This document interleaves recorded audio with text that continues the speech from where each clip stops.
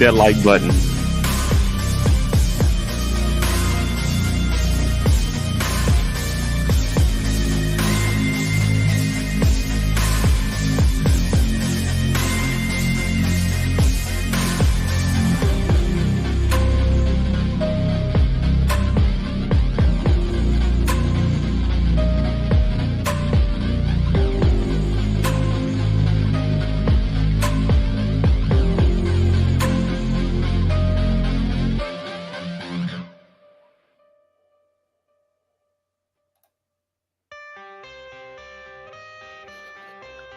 Rate the episode.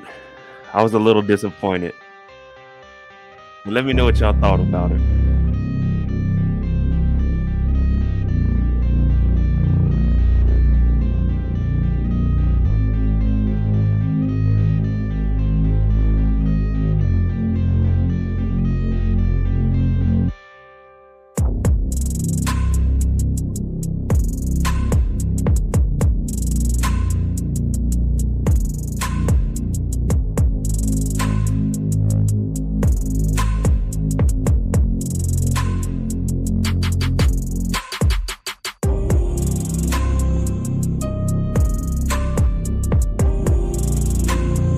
I don't even need to do a live tonight. Y'all already saying exactly what I'm saying. I ain't never got on here and seen an HBO episode and felt like this, man. I get this episode like a 6.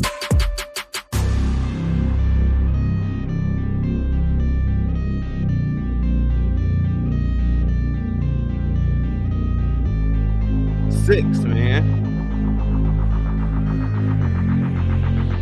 We didn't even need to be prepared for tonight. I ain't need no gas mask, no nothing. We ain't getting no action. We got a little bit of action. We ain't getting nothing that we've been looking for. This is the last of us. 2 episodes, we got punched in the mouth. This episode, we sitting there like...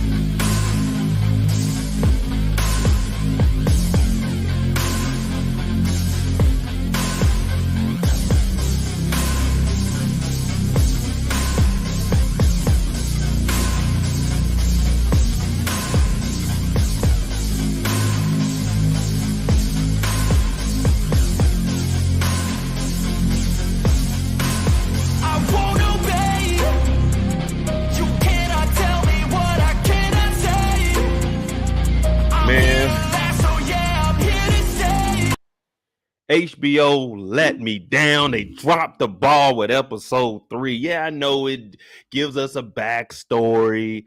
There's some Easter eggs that we're going to look into in the end. But overall, really, nigga?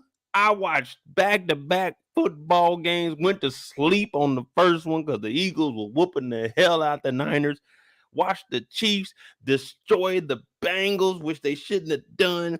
Then I said, let me watch this episode of The Last of Us. I know my day isn't going to be let down. I know I'm not going to end the evening like that. Got on here and seen Ben and Frank. I think Bill and Frank, I don't even remember their damn names, but I can give you the whole rundown of this in 2 minutes flat. Joel and the little girl, she talked too much. She finds some tampons. Bill and Frank, they chilling, they having dinner on the lawn. They sit there for about 10 to 15 years. Niggas come and raid them. Unsuccessful. They kill themselves. Joel shows up. They get a car battery. They get on the road. I'm going to try my damnedest to make this entertaining tonight, y'all. I'm going to try my best. So if you're new to the channel, hit that subscribe button. Hit that like button. Support the channel. Cash App will be at the bottom of the screen when I put it up there right about now. MOEDOTJ is the Cash App. We're going to make the best of it. I get this episode about a 6. I mean, to me, it was all right. I mean, the way the episode started off, I'm thinking, all right, we really about to get into that shit. But we got into that shit in a way we wasn't expecting to get into that shit, if you know what I mean. Oh, man. Episode 3, The Last of Us. Here we go.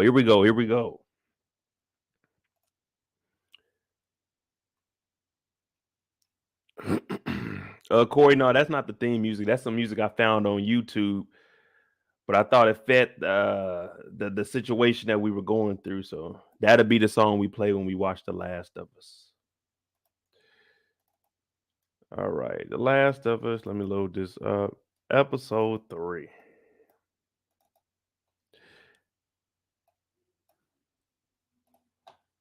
This was literally the last of them. So the names were Billy and Frank. Am I correct? Like I said, I was laying down watching this. I dozed off, woke back up, was like, what? These niggas is still at the house kicking it. They keep going back and forth. One day we'll get a 50-minute episode. One day we'll get an hour and a half episode. Just keep them around 58 minutes. That's all we need. We don't need no hour 20, especially not for this shit.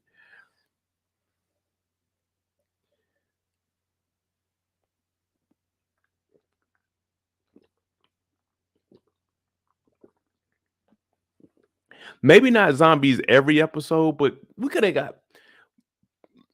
did a lot with this story. And I'm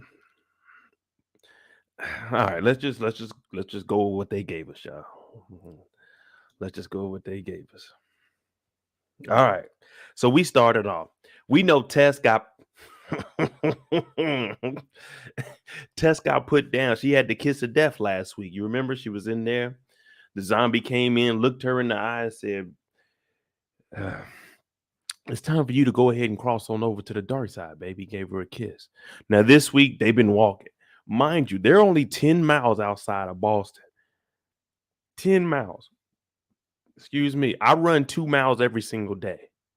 A mile when I get in the gym, after I work out, then I run another mile. That's 2 miles a day. So I do that in roughly 2 hours. And that's just a light jog on the incline of 6. You know what I'm saying? Just speed up to 6, incline up to 3.5, 4, and then I try to push like that last quarter of a mile at least an incline of 6. Now, that's why you see Fit Phoenix. You know what I mean? Fit Phoenix.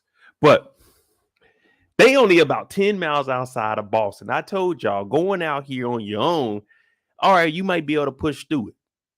But when you got this little girl with you that just yeah, and your hands is messed up for whooping on Eric or Earl or whatever the hell his name ass was, it's gonna take some time. So he's out here cleaning his hands off in the water, but he's also collecting some rocks and he's leaving, saying some indicators, some little landmarks, so he can know.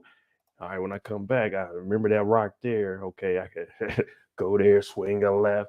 I remember there was a truck that was turned over down there. All right, cool.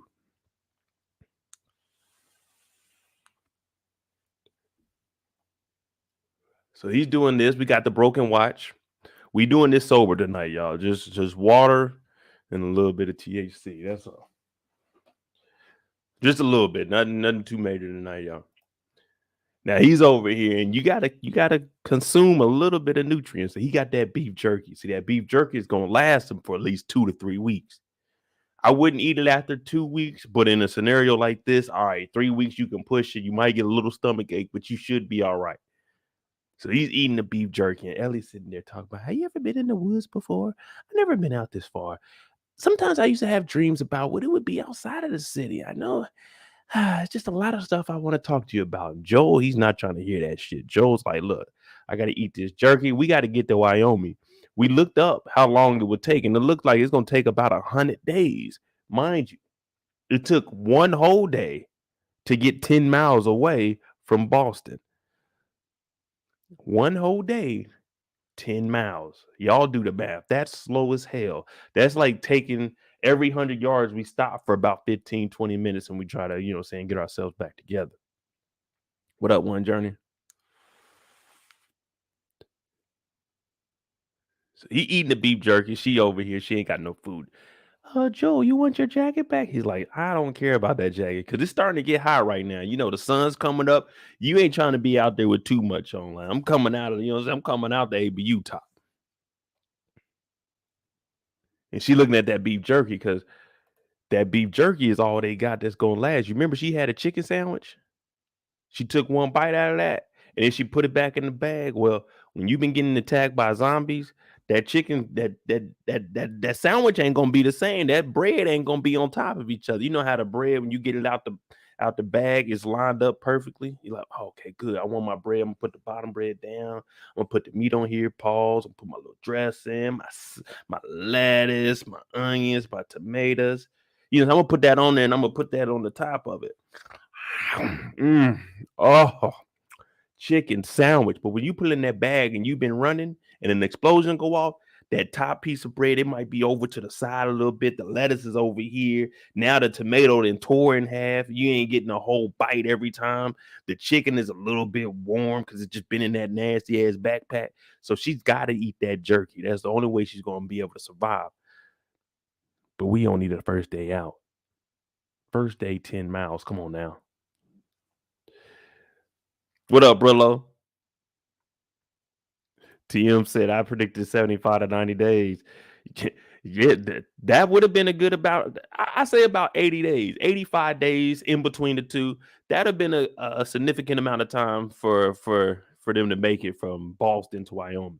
But when you walking at this pace, 10 miles a day, let's turn that into 365 damn near.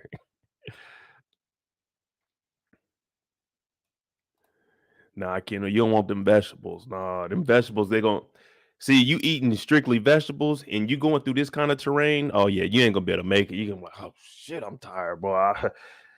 That damn that carrot that I had earlier, it didn't give me enough energy. You're gonna need pure protein on a journey like this.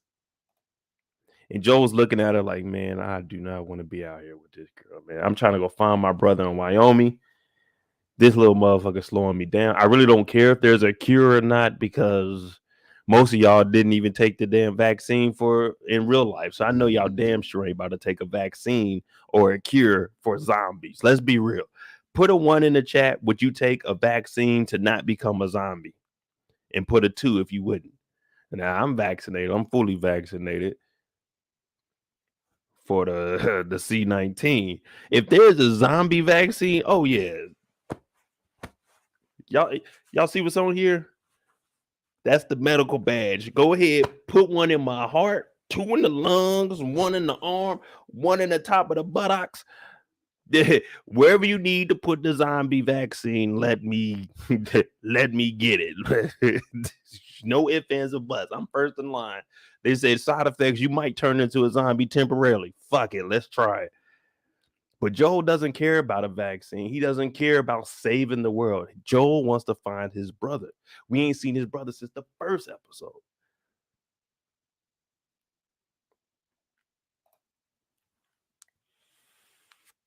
Yes, I was a medic when I was in the military. I was non-clinical and I didn't really see patients, but I could give you CPR. I could do some shit. I could put a tourniquet on you. You get shot up. I could take care of you. I can get you good enough to get you to a hospital. So yeah, you know what I'm saying? I could do that for you. I know the proper procedures if a chemical gets in your eye to get it up out you. You know what I'm saying? To get it up out your eye, how to flush your eyes. I could tell you how to do all of that too.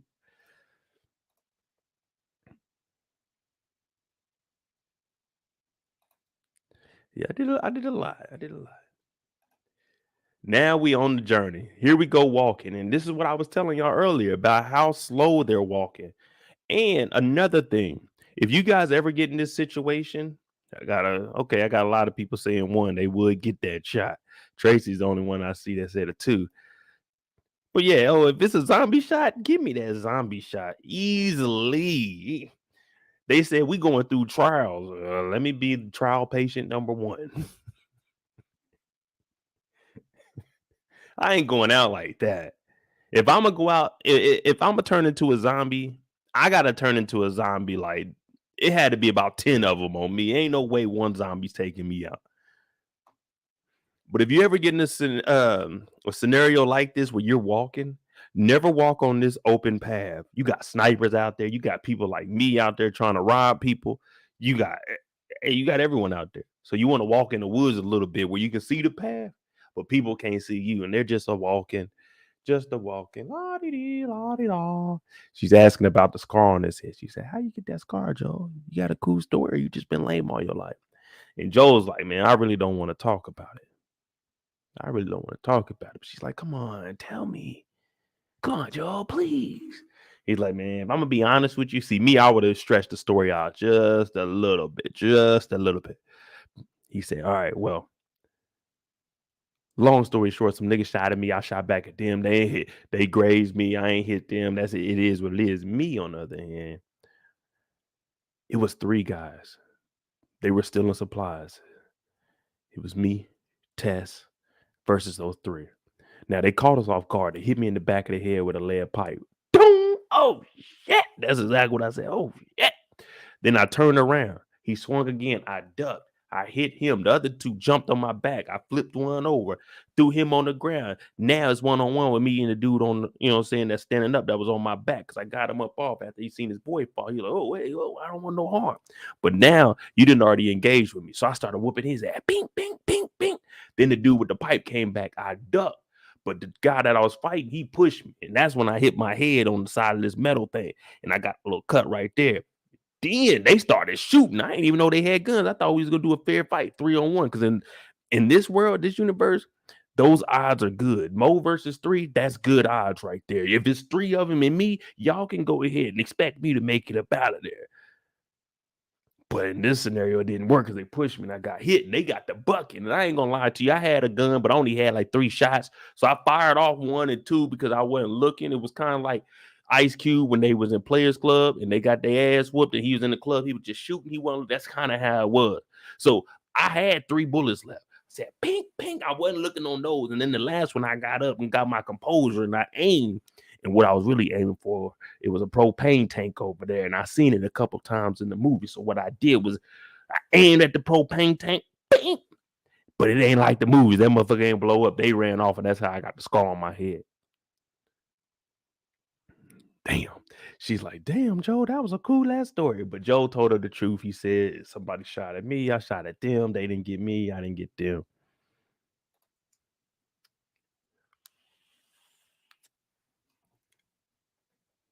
So they're walking. We got the background story, and she wants a gun. Because, I mean, come on now. It's just us two. You got to give me a gun, man. Come on, Joe. You got to give me the pistola. You got to give me one. Are y'all giving Ellie?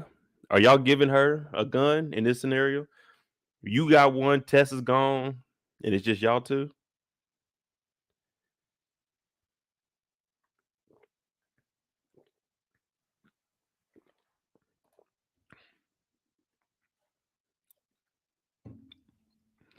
Yeah, Rain. You know, hey, I'm gonna tell exactly how it was. Me versus 3. Those are the odds that I can take. You know what I mean?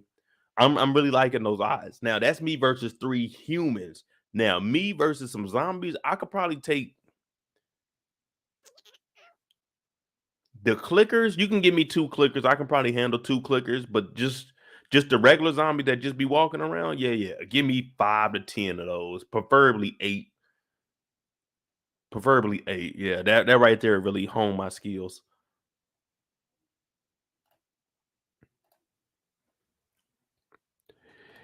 Yeah, OT. I'm giving her a gun.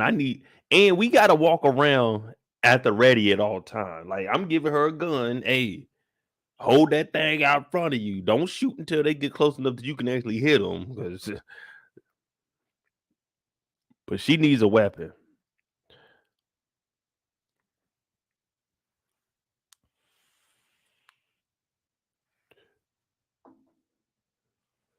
Now they show up to Cumberland Farms. I was trying to see what it said over here. Child something, live, tattoos. Damn, they did everything in this place. Cumberland Farms, you get your gas. Gas is probably about $1.90, if that. You get tattoos in here. You got child care in here. Man, shit. Cumberland Farms was like the place to be back in what is this, 2023? Oh, that's the future.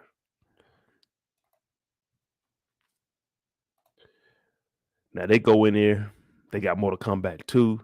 She talking about her friends and told her everything on there. Somebody that shot the thing. You know it's funky in there. But this is the part where I was looking at. Joe's like, hey, I know where I put this stuff, but I don't know where I put this stuff at. She said, what are you looking around for? He said, man, I'm just zeroing in on it. And what did he do? In this case, he had his hands on his hips because he couldn't remember where he put it up under the damn floorboard. So he looking around like, damn, where the hell I put this shit? So you got to put that in the corner. You got to put that up on the board in the corner so you always remember I got to go to that corner. You putting it in the middle of the floor and it's been 10, 15 years. Yeah, you're going to forget that. But she does rule number one in scary movies. Oh, they got lifesavers back there. You never leave the pack. You never leave. We just seen this happen when they were walking through the water at the hotel. What did she do? She walked off on her own. She got scared by that damn body, the skeleton. Now she's walking off by herself. He's like, hey, don't go nowhere. We just gonna get this shit in and out, in and out.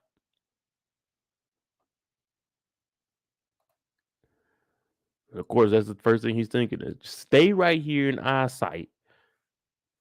Hey, get back here. What you doing over there? She stumbles off into the back room and she finds a hatch. And this hatch leads downstairs. And what does she do? She jumps down there. She doesn't look down there to see if there's a ladder or anything. She jumps down there.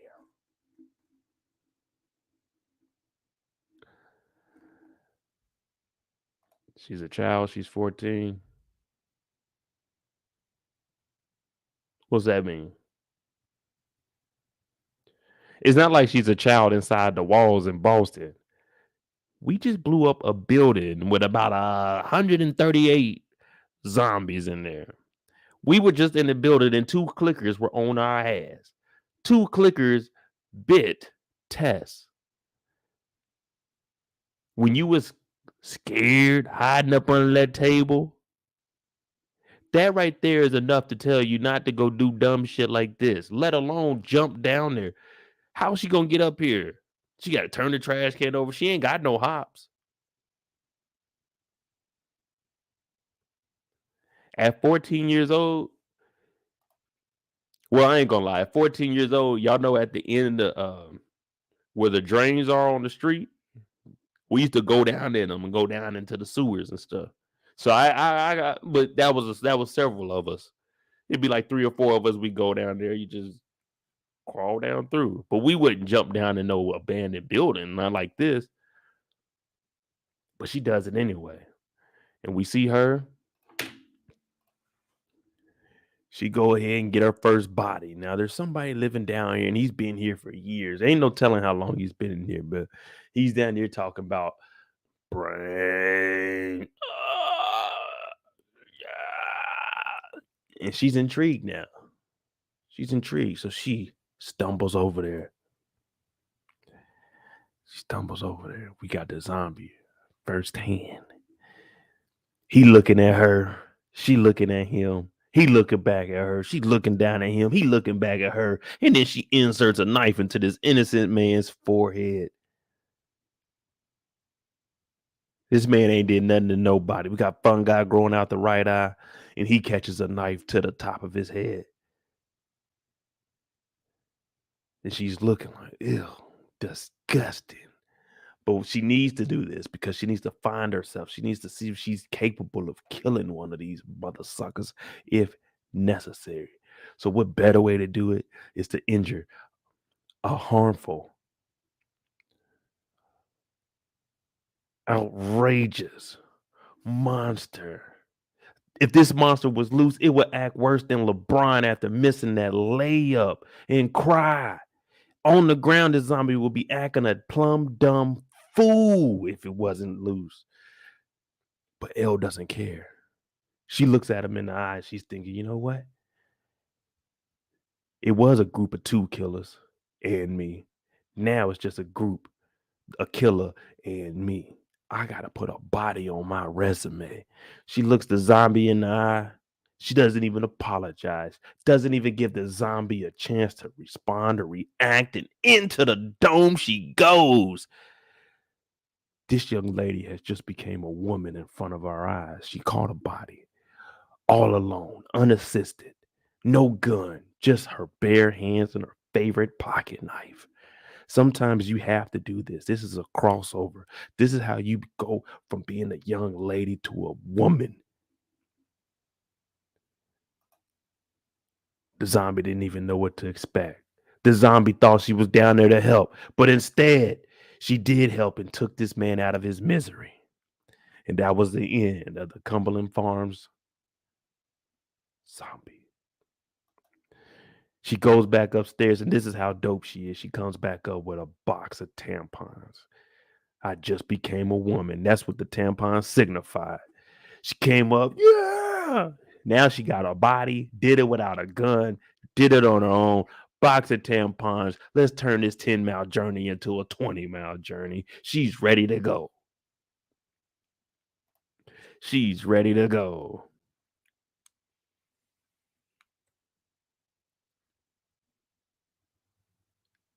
Says no smoking in here also, Joel.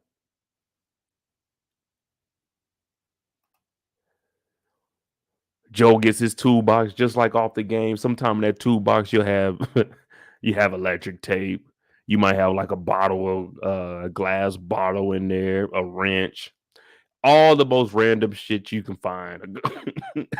A couple nails, a hammer, all of that to be in the toolbox. And then it'd be like a golf ball or tennis ball. Man, like what am I gonna use that for? But you'd be surprised what you can do with a tennis ball. As they continue on this journey, because we're trying to stretch this from a 10 to a 20, they walk and they see a 737 off in the distance on the hill. She said, "Damn, did you fly in one of those before?" He was like, "Hell yeah. Hell yeah, I flew in one of them before." She's looking at Joe like, "Man, that's dope, man. You got a cool ass story. There were planes, Mortal Kombat, tampons, man. Y'all had everything back in the day." And Joe's like, "Yeah, whatever. Let's keep it moving." So she wants to know, how did all this start? Now, if you remember, the lady was saying, how did all this start? Dr. I forgot what her name is, but we're going to call her just Doc. She was like, what happened? He said, man, this shit started at a grain farm or a little grain plant or whatever you want to call it. And some nigga got to biting, bit a person on their ankle.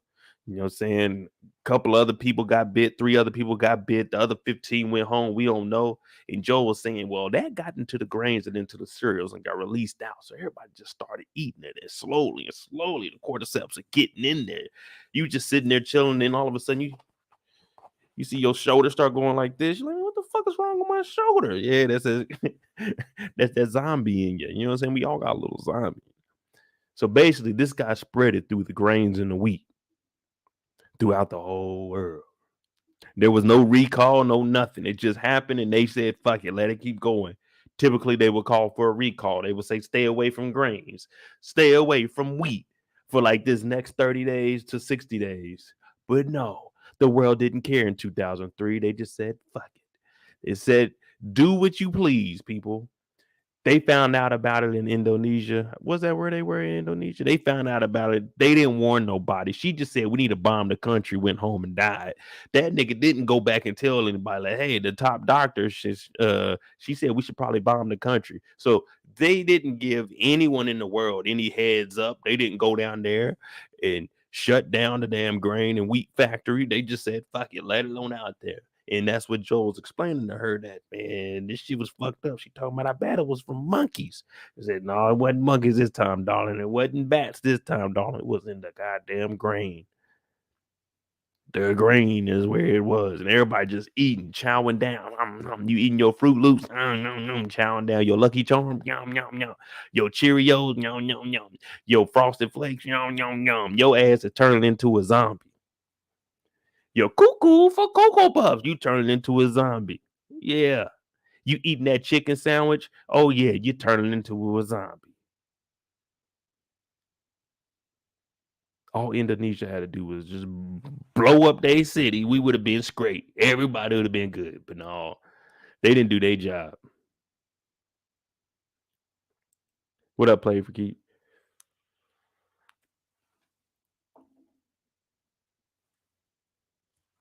Now, I don't think that would be one of the planes from then, Kendall, because that they were in Texas. Yeah, they were in Texas when it started off. They were in Texas. They were in Boston now. So no, that isn't one of those planes. But it may have happened around that time.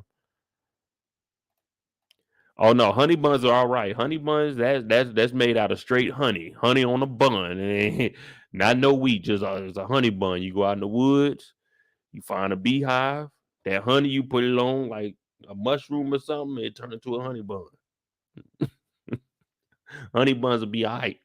So Joel's trying to explain how everything happens, whether he believes it or not. He don't care. He's just like, look, let's just keep it moving. Now she's walking up ahead of everybody because she just caught a body. And Joel's like, man, easy now, easy. So we just seen her catch a body. Now we're about to see her turn back into a child. We need to figure out what exactly is she at this point. So she's walking and it's basically a grave site. She's like, wait, what the hell happened? He said, well, what they were doing was evacuating some of the small towns and neighboring cities. And they will take you back kind of like how where we were. The only problem is it started to be too many people. The population was rising too much. So they dumped people off here in this little burial site. She's like, oh my God. Why would they do something like that? The same reason you just stabbed that innocent man in Cumberland Farms. He ain't did nothing to nobody. He wasn't gonna hurt nobody down there. But you stabbed him. You stabbed him. And she's looking in here, and Joe's trying to explain, yeah, it was crazy, man. You had to shake, rattle, and roll, because if not, they get you. And they just dump the bodies out here. And then we see a little umbrella blanket. Not umbrella, rainbow blanket. And we're looking at it like, what happened? Why is there a rainbow out here? They just wouldn't do something like that to a child, not to an infant. They couldn't have. They would not stoop to such a low level where they kill an innocent baby and its mother. They didn't even have a chance to fight back. There's no way they would do something like this. There's just no way. But there is a way. September 30th, 2003, they didn't give a fuck. They came and knocked on your door. Yo, what up? What up? Hey, Mo, we need you to come with us. We evacuating the town. We evacuating the town for what? Man, they say it's a zombie or some shit like that. Man, all I know, dog, is you got to get up out of here. I'm like, all right, hey, man, you know me, dog. Give me a minute. I'm gonna be out there. You know what I'm saying? I'm gonna get the PlayStation and everything together. Y'all gonna have electricity up there at them little camps? Let me get my PlayStation. Ooh. I'll probably just bring my laptop. I ain't gonna bring my desktop. I get the laptop, my PlayStation. Get these extra phone chargers. Grab me a bag of clothes. Can we bring a bag of clothes? Okay, cool. So we see the lady, her and her baby. She's just, oh, we're evacuating. Like, oh, oh, baby, we're evacuating. Don't worry. They're like, all right, get your asses on the truck. It's time to go. Everybody, let's go. She out here smiling and shit, thinking life is sweet. This is September 30th, 2003. So this is when it first kicking off. September 30th, 2003, I was working at Best Buy. So I'm at work right now and they evacuating people. All right, man, we gotta go. We gotta go right now. Now it looks like she might be her and Booker T over here. Booker T and her, they the only black people in the neighborhood. But she's looking at the baby. I don't know why she's so excited for this evacuation. Like, you need to be holding that baby with two hands. Everyone is out here running around acting a fool. So they marking off the houses that they've been in. Appleton House. Fairway 12. Mark that off.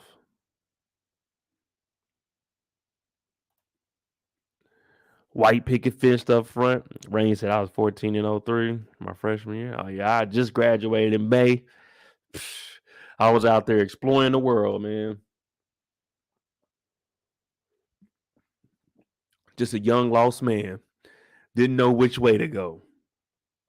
But I knew if I worked at Best Buy, I got a discount on all of my audio stuff. So I had an in-dash TV, had TVs in the headrest. Man, I had two 12s in the back of my Acura, two 15s in the back of my Cuddy. In my damn S10, I had 110 in between the two seats. Oh yeah, man, we were hooking it up. 50% discount, 70% discount on open stuff. Man, it was legit. But they clearing house over here. Everybody in the back of the truck. Let's go. Oh yeah, y'all was just kids, man. I was out here in the world. I was paying taxes. Y'all were going to school. I was paying taxes. I was out here voting, making some of the toughest decisions of our life. Who to vote for? My mom keeps telling me to vote for this Obama guy. Should I vote for Obama for my first time electing a president, or who is the runner up? Who is the other candidate? Let me see what he got going on. I ain't know nothing, so I voted for Obama. That was 2003. 2009, I lost my job because they voted on Obama for a second term. I ain't got no ill will towards you, Obama. You still my dog, but man, you should have signed that contract so I could have retired at my job by now. I'm 37, man. I would have been done this year. Ooh, 20 years. But damn you cut our funding.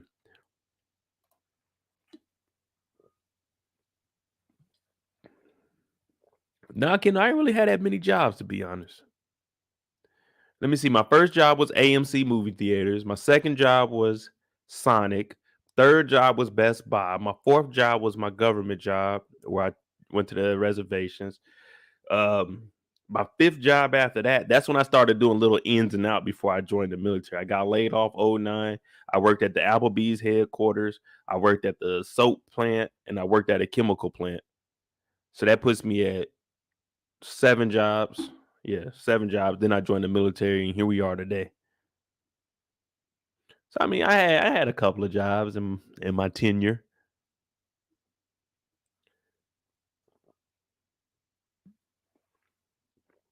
I was supposed to join the Air Force in '04. My cousin joined in '04 once he graduated. He was gonna go in as a buddy system. But I had my government job and man, I was getting per diem. You couldn't tell me nothing. Every month I was in a different state, go to a reservation, come home for a week or two.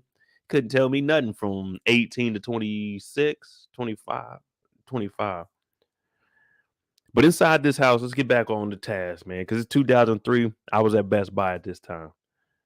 So right now I'm getting ready to get off work. My mom, she's calling me. Joe, you should get home. Please, there's a zombie or something. I'm like, all right, ma, you tripping. Ain't no zombies. And I'm good for at least 5 or 6 kills. So inside this house, we got our dog downstairs and he's watching the monitors. He's like, all right, they're getting done with the sweep. All right. Do I hear anything upstairs? I don't hear nothing.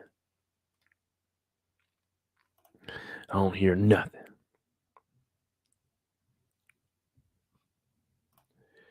That was only 2 years after 9/11. Yeah. I was walking to school when 9/11 happened. I had my two-way, and my two-way was going off, and it said Twin Towers.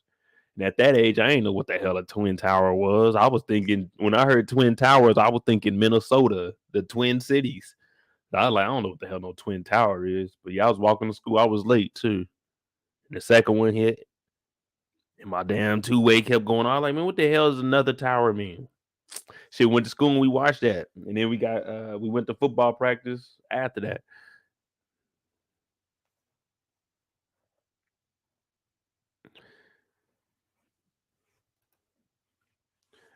Now it's getting real out there because they done told the old lady, "Hey, come on, get on here.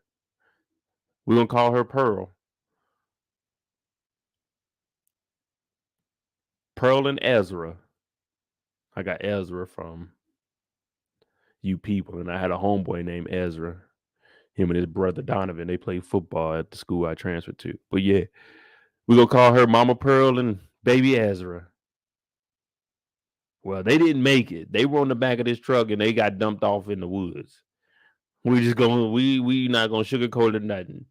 Mama Pearl and baby Ezra got dumped off into the woods. They ain't make it nowhere but down the road. It's unfortunate, but that's just the way it is. R.I.P. to Mama Pearl and baby Ezra. Pearl didn't even know what's going on either. She's sitting there with that baby like, evacuation? What do you mean? Baby Ezra didn't even get a chance to say his first words, to even walk. Baby Ezra's a newborn. Baby Ezra didn't even get a chance to pick his favorite football team. Baby Ezra didn't get to experience his first merry-go-round. He didn't get to experience a swing, a walker, a stroller, none of that. Think about what was deprived of this young man, baby Ezra. All baby Ezra got was a free ride to a ditch with his mama Pearl and his neighbors. R.I.P. to Mama Pearl. R.I.P. to young Ezra. You people was all right. It was a little slow in the beginning. I'm gonna talk about that later on tonight, or after we finish this. But I'm trying to do what I can to give you guys this story and make it appealing, so you can go to work tomorrow and tell people, you know what? After watching The Last of Us episode 3, at first I was disappointed, but now I'm looking at it like, you know what? This is bigger than me. This is for humanity. This is mankind right here. This is people coming together and seeing baby Ezra and Mama Pearl in a ditch because there wasn't enough space, not even enough space for an infant. Everybody's on here. And he's looking at the monitors like, boy, I'm glad they got them the fuck up out of here. Now I can finally live. They got him up out of here. This dude came from up under the ground. Very nice planning right here. I like how he did that. But he came outside. He's looking around like, nigga, I've been waiting and wanting to do this for the last 15, 20 years. All these people that moved in here, my great granddaddy that built this house with his bare hands, and now I finally get the whole city to myself.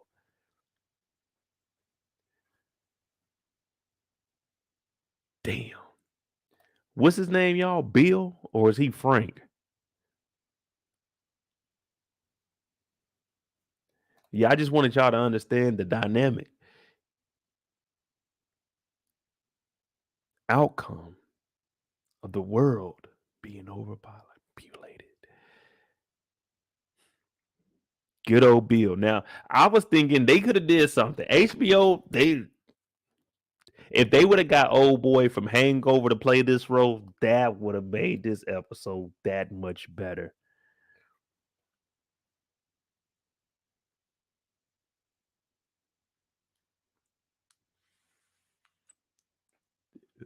Think about it. What's the dude from Hangover's name? If they had him playing this role, that would have made this episode a 10 out of 10.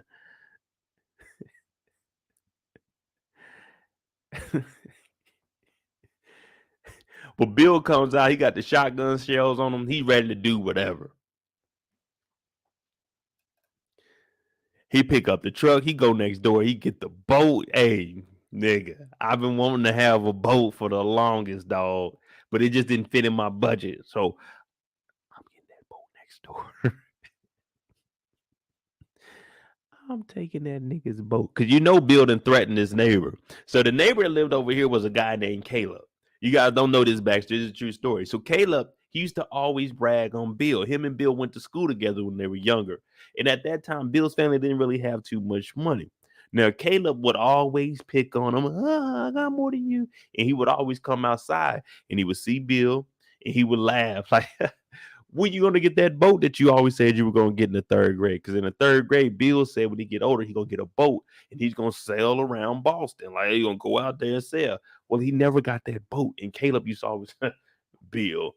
Caleb's the type of dude that would go out to the bar, have a couple drinks. Yo, yeah, Bill keeps mowing his lawn all early in the morning. That's why I tell him he can't get no boat. He can't get no boat like what I got. That's the Santa Maria right there. That's what I call her, the Santa Maria. That's one of the first things to do it.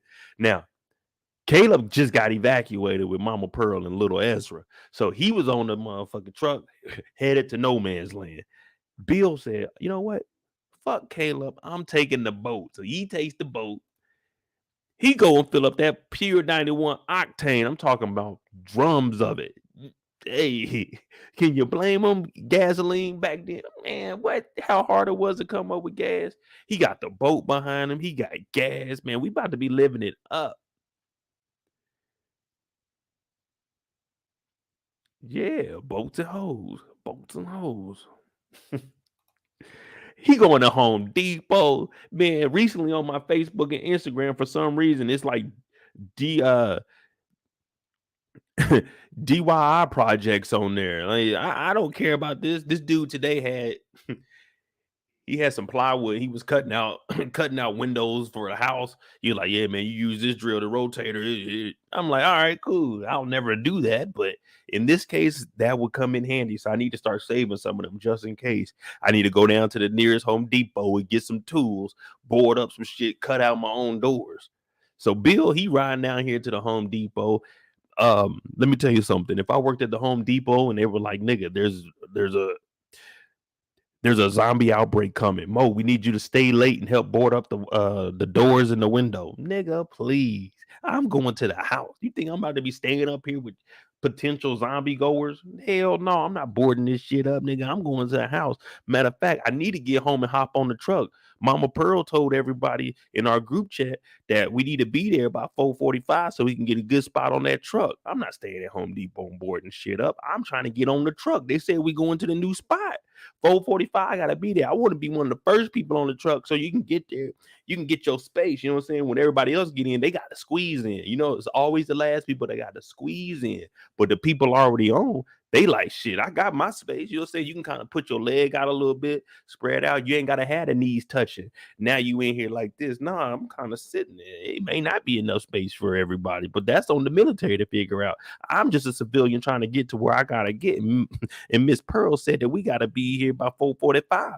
But Home Depot trying to make me work. When I'm gonna get that last check? If I work late and do overtime by boarding up the damn Home Depot, when they gonna give me my check? They gonna bring it to the evacuation camp? They gonna bring it there, or when I'm gonna get this overtime check? I'm not working overtime. It's a zombie outbreak.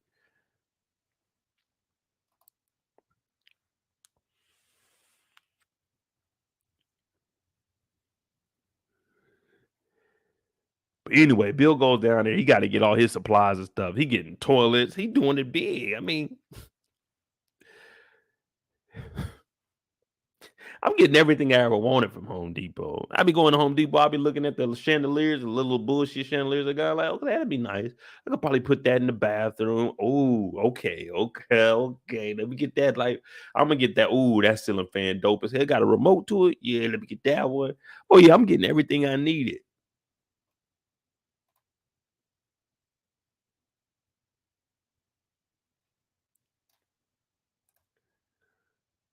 The power ends up going off.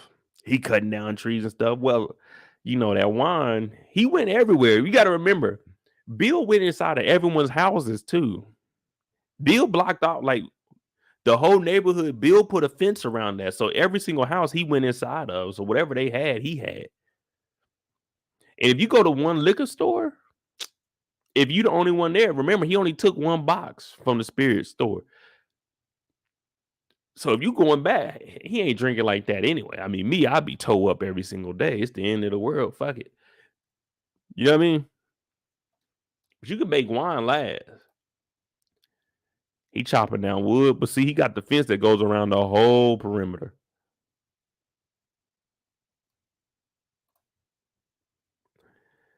He's setting up the little fire starters. He said, "All right, put these pipes right here. We're gonna get it cracking tonight, man. We're gonna get it cracking tonight."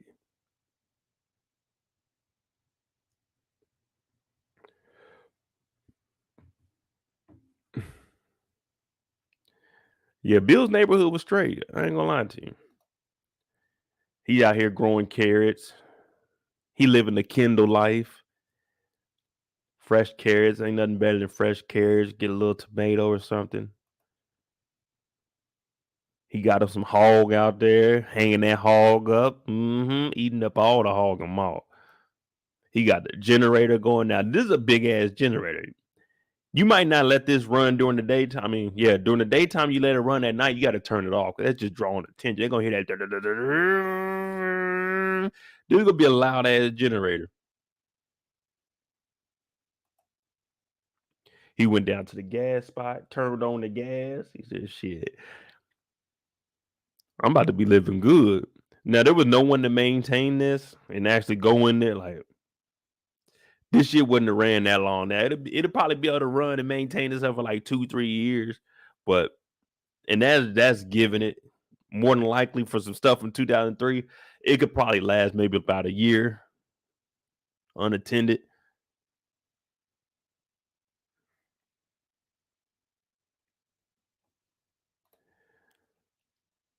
Rain said I did appreciate the montage scene, the build and prep mode. I mean, that's what I say. They could have done a lot with this because now we're about to go into the boring part of the episode. This is where we are all looking like, did we really need this? But seeing him do this and set up everything for Joel and them to come in. That was good. I'm trying to make the best of it, people. Come on. That's all I'm gonna say. I'm gonna try to make the best of this. Now, he eating. That's a nice bottle of wine. He's not drinking the whole thing of wine. Bill ain't doing all that. He might drink half a glass. Nah, never mind. He was taking shots. At the end, he didn't give a damn. So Bill was going through a bottle a day. We're gonna give him a bottle a day. But while he's downstairs in the kitchen just to eating food, he gets a dee. And I'm looking around, I'm thinking it's my phone going on, but nah. Something just hit the sensor. What's that in the woods? Let me change the channel. Damn, we got a little zombie out here. Just an innocent man. He's lost. He don't know where he's going. He's lost. He's just walking. He just trying to find his friends.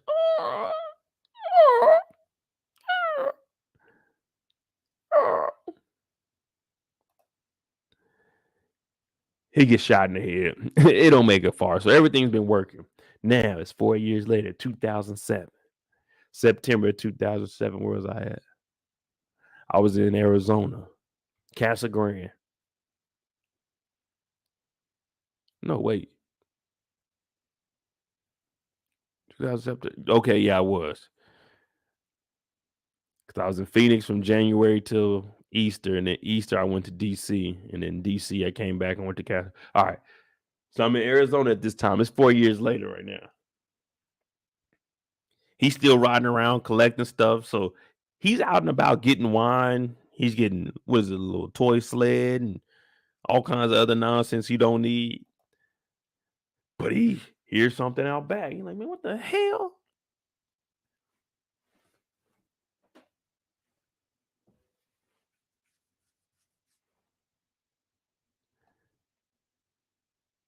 He looked down in the hole. Now, I don't know what adult didn't see this big ass hole here.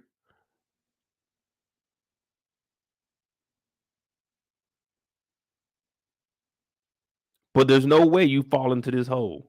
Unless this was, did he add a little chicken wire on top of here with the mud, or was that on top of the motion sensor that he showed? Because there's no way you fall in this big ass hole. None. Let alone fall down here. You can't get out.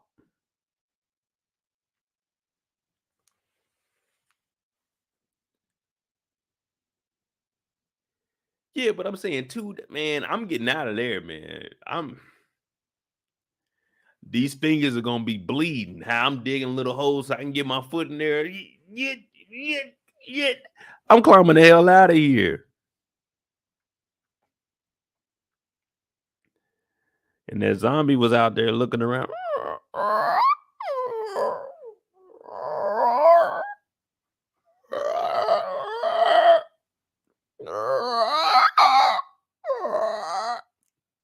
Bow! That was in the zombie. Now Frank is down here talking about, man, I ain't ate in 2 days, baby. Help me out, player. Help a player out. Players fuck up, dude.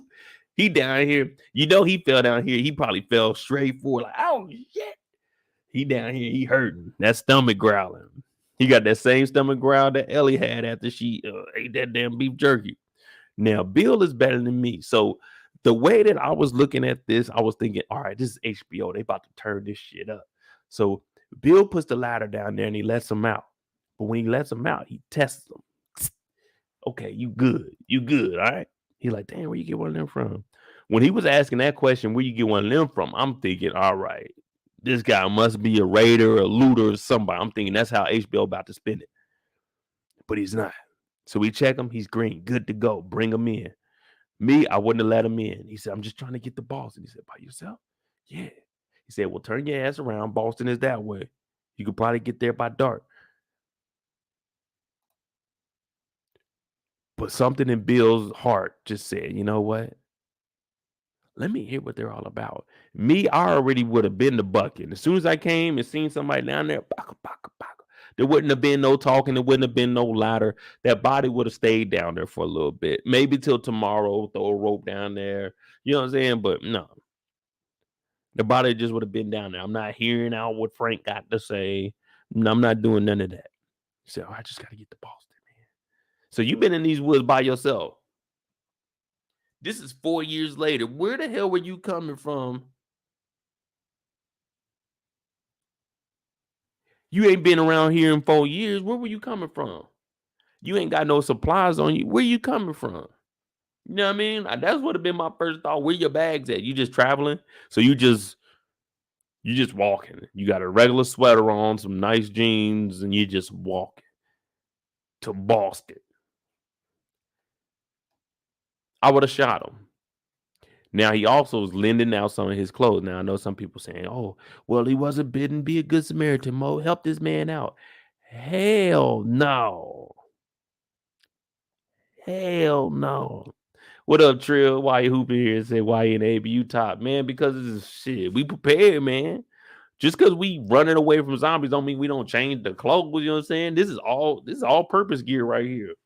Look, if I need to write some notes, I got the pen right here.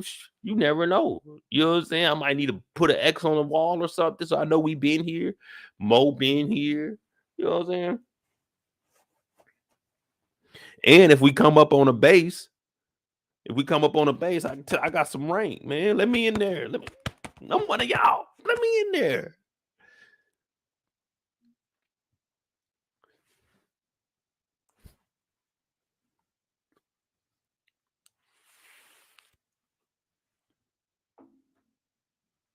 Shit, you know what I'm saying? Let me Fedra, I'm looking for a job. I was just out in the woods for 4 days.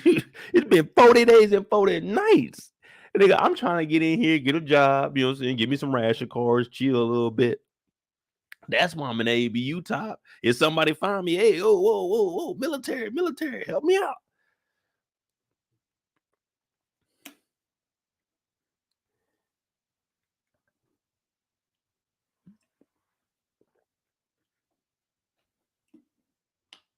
Yeah, that's why I'm an ABU top, nigga. I'm trying to survive, nigga. I'm trying to get on a base, nigga. You didn't. They'd be more likely to bring me on the base than letting Frank in there. Frank had on a goddamn church sweater talking about, hey, man, I ain't eating 2 days. At least me, I'm coming up there talking about I want to work. I'm not going to be no freeloader, not just another in the city. You know what I'm saying? I'm about to be a motherfucking worker. We just lost an agent the other night. Matter of fact, I can tell you where that nigga Joel at. He got the little girl with her. So that's 2 things. And I heard that Tess is dead too. But that's a whole nother thing, Fedra. Y'all give me a job, give me a little raise, a little 20, you know what I'm saying? A little 20 piece on top of what they gonna initially pay me. We can work some things out. But back at Frank's house, oh, should I say Bill's house, or is it Frank and Bill's, or is it just Bill's? But it's just Bill's house right now. So Bill comes upstairs and he like, here you go, here goes some clothes. He let old boy take a shower in the bathroom. I'm like, all right, cool. We about to get to some action. This nigga Frank about to wild out. So Frank comes downstairs and he gets the 5-course meal. I'm talking about rabbit, ooh, pig feet, ooh, carrots, ooh, wine, ooh. He about to eat good. Nigga ain't ate in 2 days. He got on brand new clothes. Asparagus on. Okay, we doing it. Oh. And then he looks over and he said, I couldn't help but to notice.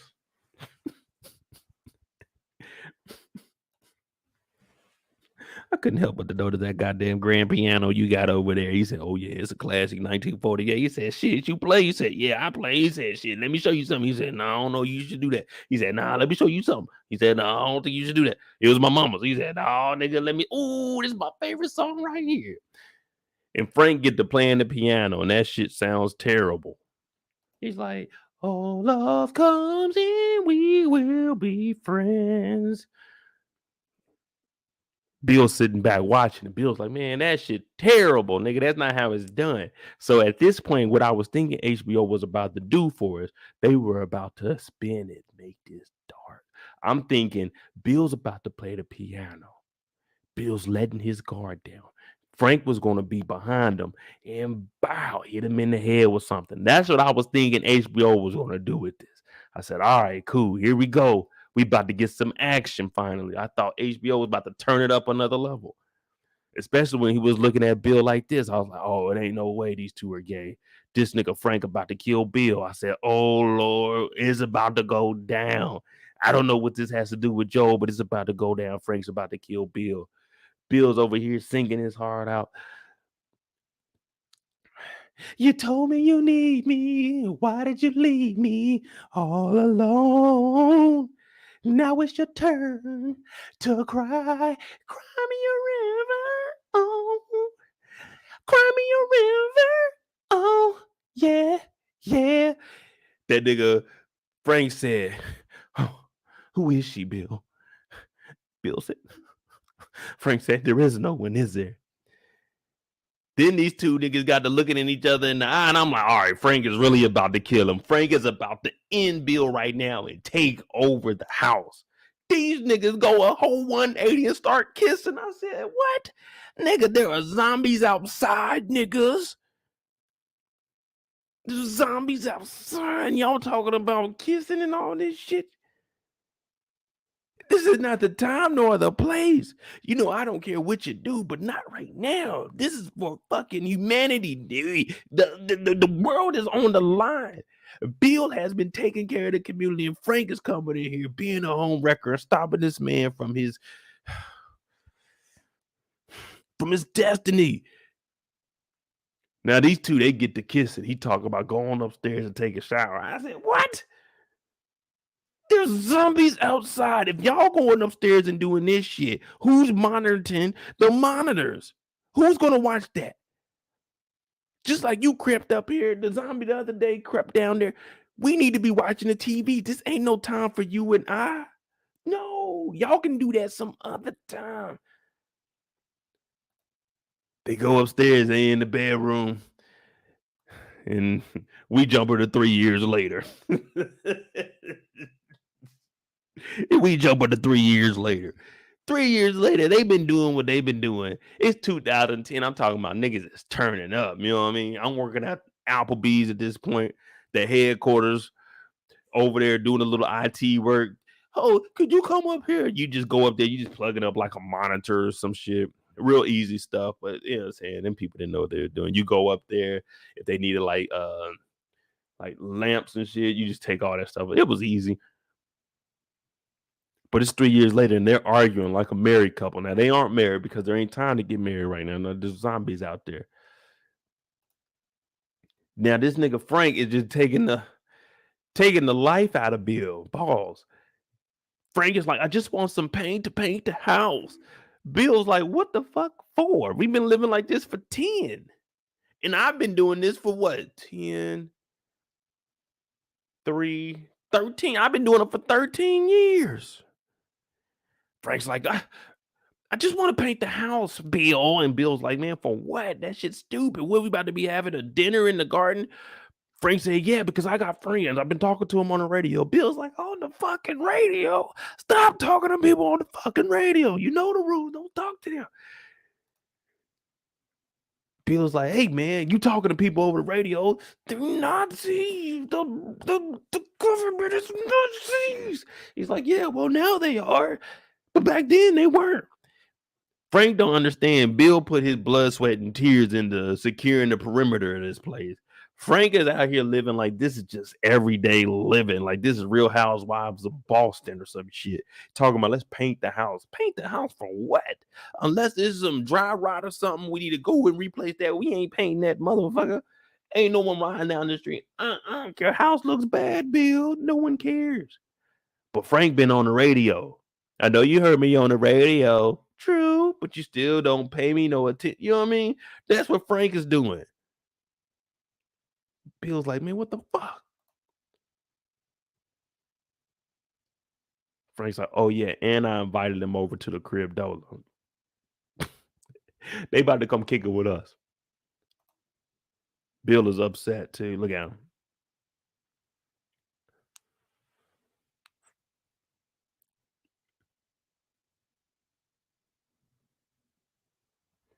Shit, man, I wouldn't even let Frank up in the crib, man. I thought Frank was gonna kill Bill. I thought HBO was about to. I thought, whoa, slow down, HBO.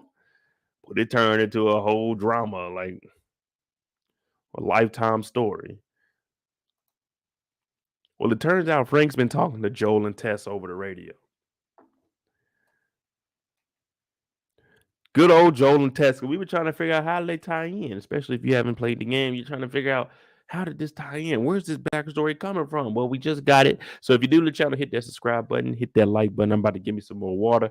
And we're going to jump back into it. We're going to knock this thing on out. This is the after show discussion for episode 3 of The Last of Us. Hit that like button. I'll be right back. I'll live each second like my final day. You can't take that away.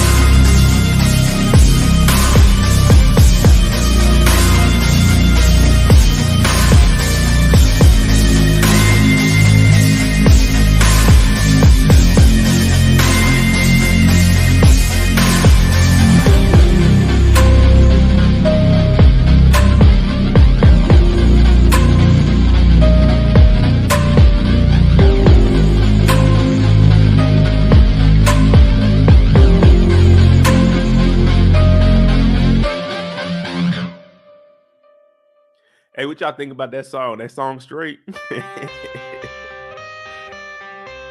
I think that song fits accordingly with this the theme.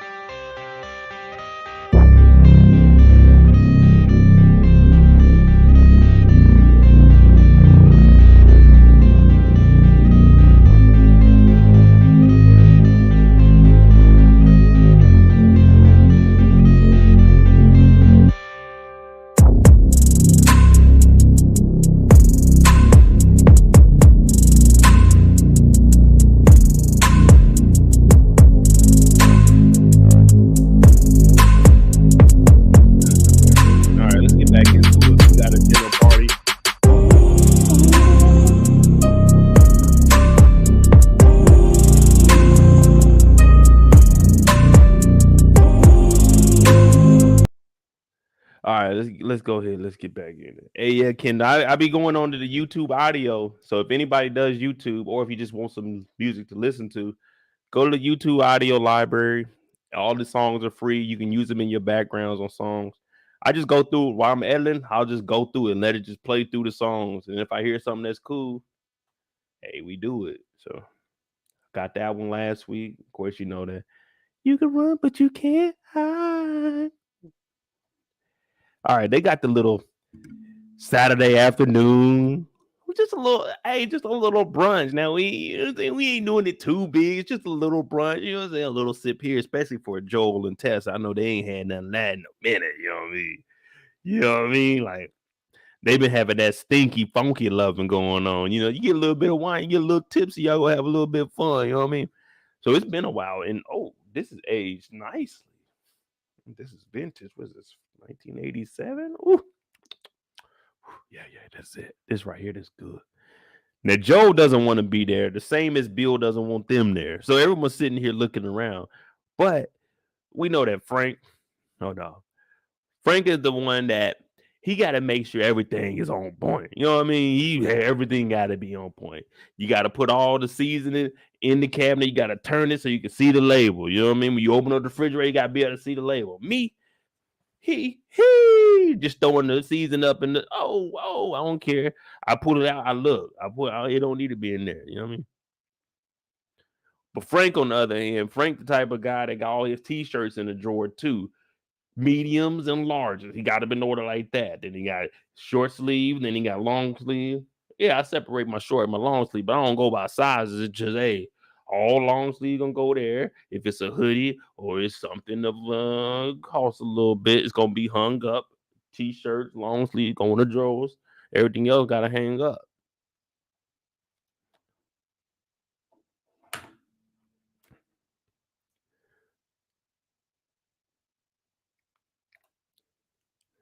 Bill got that pistol on the table because you can't trust nobody, especially in this environment. When you've been living this way for over 15 years, you can't trust nobody. Hell, if it's 1 year out there on the road, you couldn't even trust anybody during our little pandemic. You were going to the grocery store. You had a fight over the groceries in your basket because there was a shortage. Toilet paper, people were getting slapped left and right. Imagine going to the store to get some toilet paper and an old lady slaps you. Now, I know you ain't supposed to put your hands on nobody, but this is a pandemic and everybody needs to wipe their behind. That old lady, you just got to square up with the old lady now. I'm not talking about me, I'm talking about y'all because I was already stocked up. You know, when I buy toilet paper, I buy about a 36 rolls, so I ain't got to dip out that often. So I was already good. I already had a reserve of about 22 rolls up in the cabinet. So I was good to go. But imagine you in the grocery store. You ain't had a good wipe in 3 to 4 weeks because of the pandemic and the shortage. You going up there and the grandma, you and her, y'all both reach down there at the same time and she slaps you. Oh yeah, it's gonna get ugly. So Bill is showing y'all trust no one. Frank said, "Hey Tess, why don't you come in the house? Let me show you something, man. I got some cool shit in here. I bet it's 10 times better than that little shack y'all been living in." Joe said, "No, don't, no, none of the house, not in the house. Don't go in there." Bill again. Once there was a lot of movement, Bill picked up his gun just in case. Just in case. Make the wrong move. First hater to move, the first hater getting shot. That's what Bill is thinking. And Joe's like, man, I don't want to be here, but let me tell you something. And that's a good thing about Joe. Joe may not like you. Joe may not care for you, but he's going to always, no matter what, have the best interest for you. L, he ain't want nothing to do with her, but he still wanted the best for her. And what did he tell Billy? He said, Billy, look, that little fence you got, man, that ain't gonna last up. Nah, I get you this aluminum grade shit. Ooh, 2-3 spools, you're gonna be good to go. Plus, it's gonna be raiders out there in the night. They ain't gonna be playing fair. They're gonna be coming for your head. They're gonna ram through that gate. So he's trying to help Billy out. He's like, look, I know we may not see eye to eye. You don't want me here. I sure the hell don't want to be here. I'd rather be at the crib dola chilling, laying on my hard ass wooden floor, hands behind my head, feet kicked up, just thinking about the next zombie. I'm gonna put my hands around his neck and strangle the fuck out of it. But Bill's listening. He's like, you know what? I really don't like you. I really don't like you. Joe's like, all right, bro, I'm just trying to help your ass out.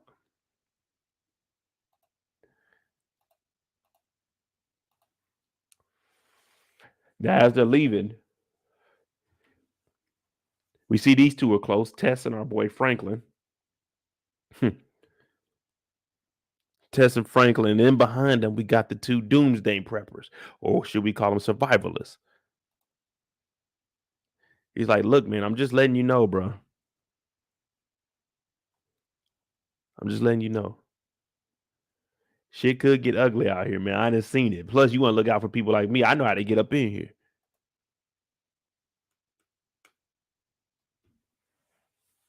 But they leave, and believe it or not, they made friends out of each other. Later on, we see Franklin and Billy out jogging.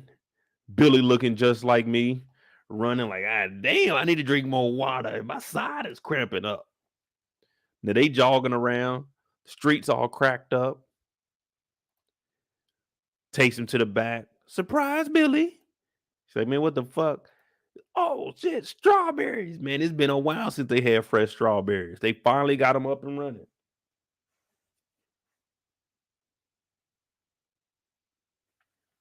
So Billy's looking around like, oh man, great. Thanks, Frank. I've never had strawberries grow out here, man. I just couldn't get it right. It's like the soil and the moisture in the air and then the direct sunlight. I just couldn't grow strawberries out here. This is Franklin's way of telling Billy, I'm sorry for inviting people over. I just had to do it. I just had to do it. And this is my way to apologize for that. So he made him some flowers. I mean, not some flowers, but some damn strawberries.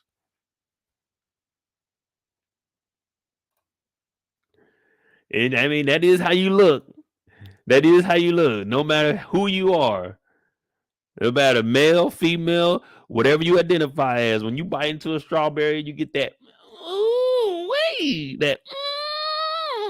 You get that feeling when you eat into a fresh strawberry. You know what I'm saying? You bite into that strawberry. Oh, ooh, ooh, oh, they ripe too. Oh, ooh. Franklin said, "I did this for you." He said, "Ooh, that strawberry good." Then they get the kiss and they're like, "Not on the strawberry, silly." And I'm like, "Man, what the fuck?" Not on the strawberries. Well, one thing we know is good things don't last forever. Always remember that. Now I know it's a little dark here, so I'm gonna try to do what I can to. I'm pretty sure y'all can't even see what that is. That's Raiders in the dark. But this is exactly what Joel said. He said they're gonna be creeping in the dark in all black. You got the little motion sensor that goes off. Everybody's looking. Like as soon as I would have seen these sparks, I know get the hell away. Get the hell away. These motherfuckers over here making sparks. That gas line is connected to it. Woo, woo, catching everybody on fire. I'm talking about hot like fire. All kinds of fire. What you need, boy? I need a hot girl. That's what's going on out here. I like them hot. The one that don't tell me to stop, eat, swallow, and they know how to pop. I need a project chick, a hood ratchet. That's what's going on outside right now. It's hot in the motherfucker, 400 degrees. Frank in the bed talking about, oh shit, what the hell done happened? He look out the window, shit's blowing up. It's fucking crazy out here. The whole fence line is like, we like, what the hell? You remember what they say? Down by the gun line, boss. Yeah, the gun line is hot right now. That means can't no one survive. That means you run up, you get done up. This is the pure definition of fuck around and find out. Now they trying to raid it. They trying to get what Bill's been working his ass off for. Franklin's upstairs, ain't helping a damn thing. Frank's like, what the hell, Bill? Bill, what's going on? And Bill is like Lieutenant Dane. He said he's gonna die behind this shit. Bill ran down there with the single shot rifle. Bow! Bow! Ain't hitting shit, but he out there, middle of the street, don't care. Bow, bow. Whole time Frank upstairs, he ain't prepared. Frank been bullshitting, planting strawberries. Bill been outside training. Every day we hear Bill get up, shoot 3 or 4 shots off in the morning just to see if he got it. And tonight he's using what he got. He out there single shotted. He put the hat on. I'm talking about pow, pow. He reloading. He doing his thing, and all of a sudden, bow! Oh shit, my gut, nigga! God damn, this motherfucker hot. I just got hit in the same side that my motherfucking cramps was kicking in earlier. So he just got done running earlier. He all out of shape. So he didn't got shot in the same. Oh shit. Bow. Frank talking about, come on. But Bill wants to die out there because now he's thinking, this motherfucker Joel, I didn't like that motherfucker one bit. But the first thing that popped up in his mind was Joel was right. This motherfucker, I should have listened. These motherfuckers is getting through the fence. But Bill don't care because I'm gonna die behind this. Now they end up dragging him into the house. Frank was like, come on, let's go. Frank ain't bust off a shot, none of that. He didn't hear. He's putting the liquor on him, wasting perfectly good liquor on Bill. Bill's talking about, you need to call Joe. Give him the codes and tell him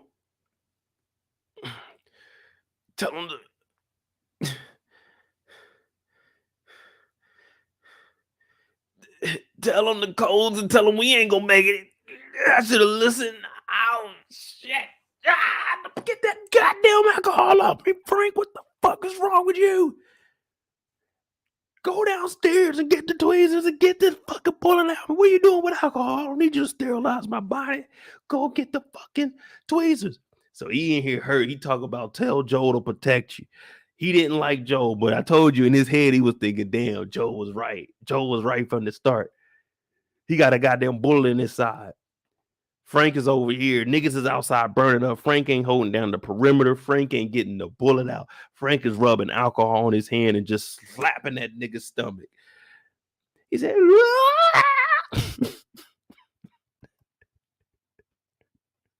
he said,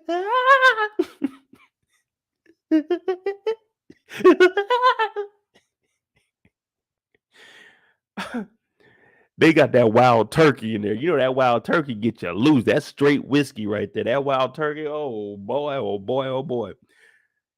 Sheesh.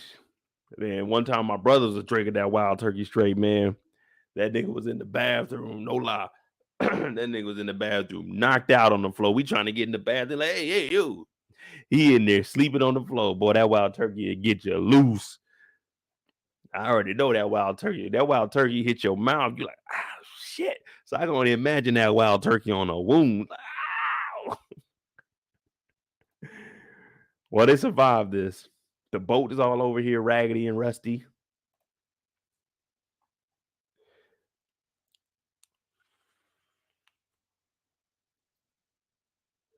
But one thing about him, though, no matter what goes on, look what Bill got. Proud to be an American. He got the American flag outside. Even after the battle, he went out there the next morning to put the flag up, man. It's only right I salute that motherfucker.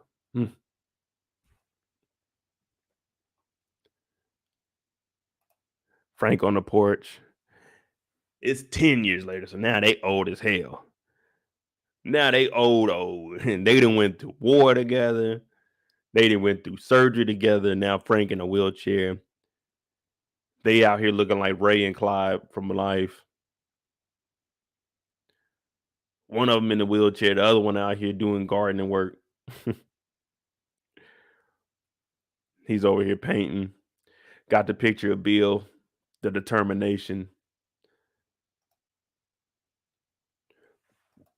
Excuse me.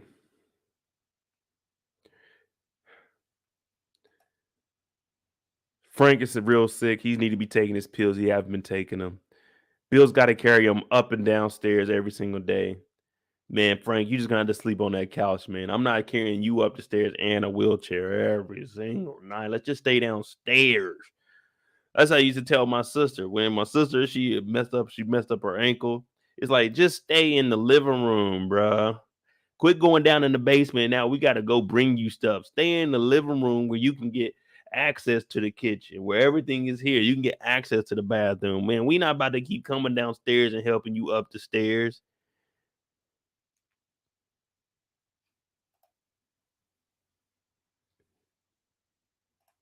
Bill got to carry Frank up the stairs, but in the morning, Frank can get out the bed and get in the wheelchair by himself.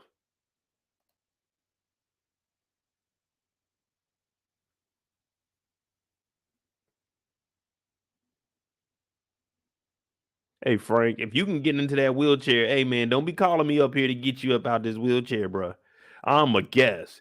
You and Bill can do that. I'm downstairs on the couch. I'm not coming to get you up out that damn bed every morning if you can get up out the bed yourself, Franklin.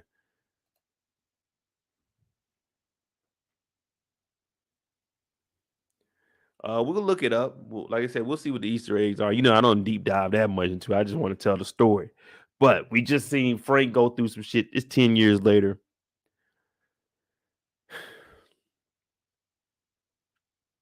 I will tell you, Frank got that bathroom on point, though.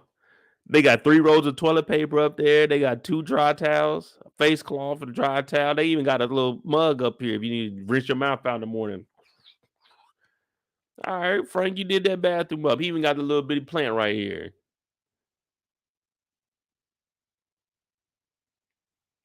Yeah, that's like an old man. You can tell this is an old man setup in here. Ain't nobody got this wooden shit over their toilet. Got the wooden top. Yeah, that's old man shit right there. This shit remind you of like a boat. You going into a bathroom on a boat.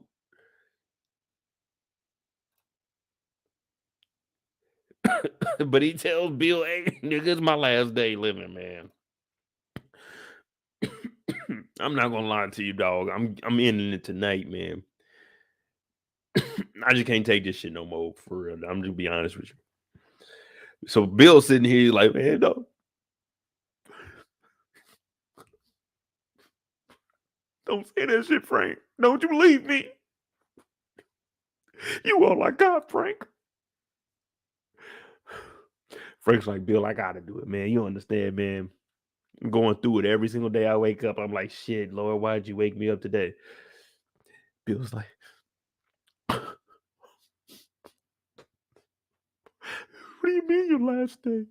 The nigga Frank said, man, you gonna take me upstairs. You're gonna give me some pills.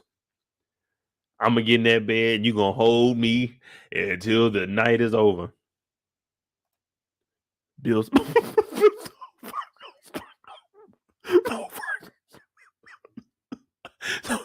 Frank, no. Bill's crying because all he knows is Frank and the struggle. That's all he knows.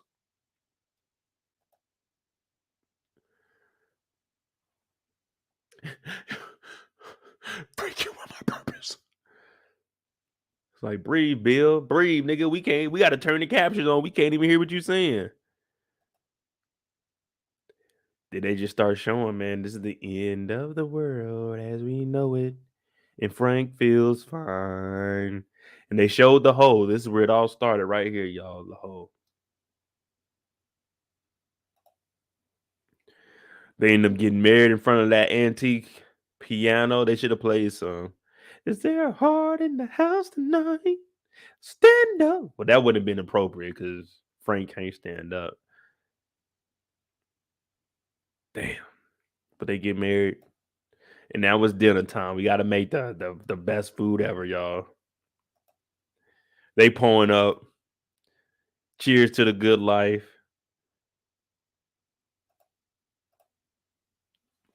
And our boy got a whole package from fucking Meech and sent this boy a package, man. Meech and sent this man a package.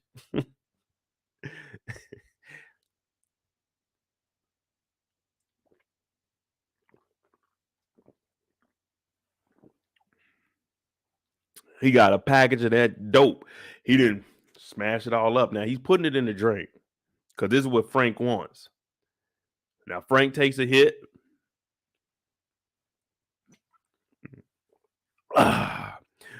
Bill takes a hit.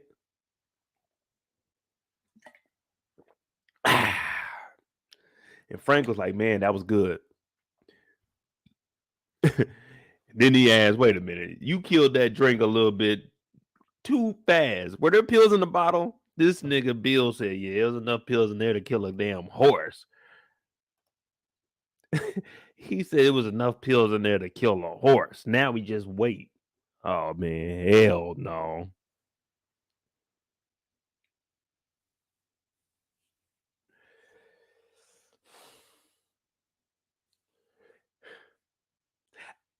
Man, I miss my dogs.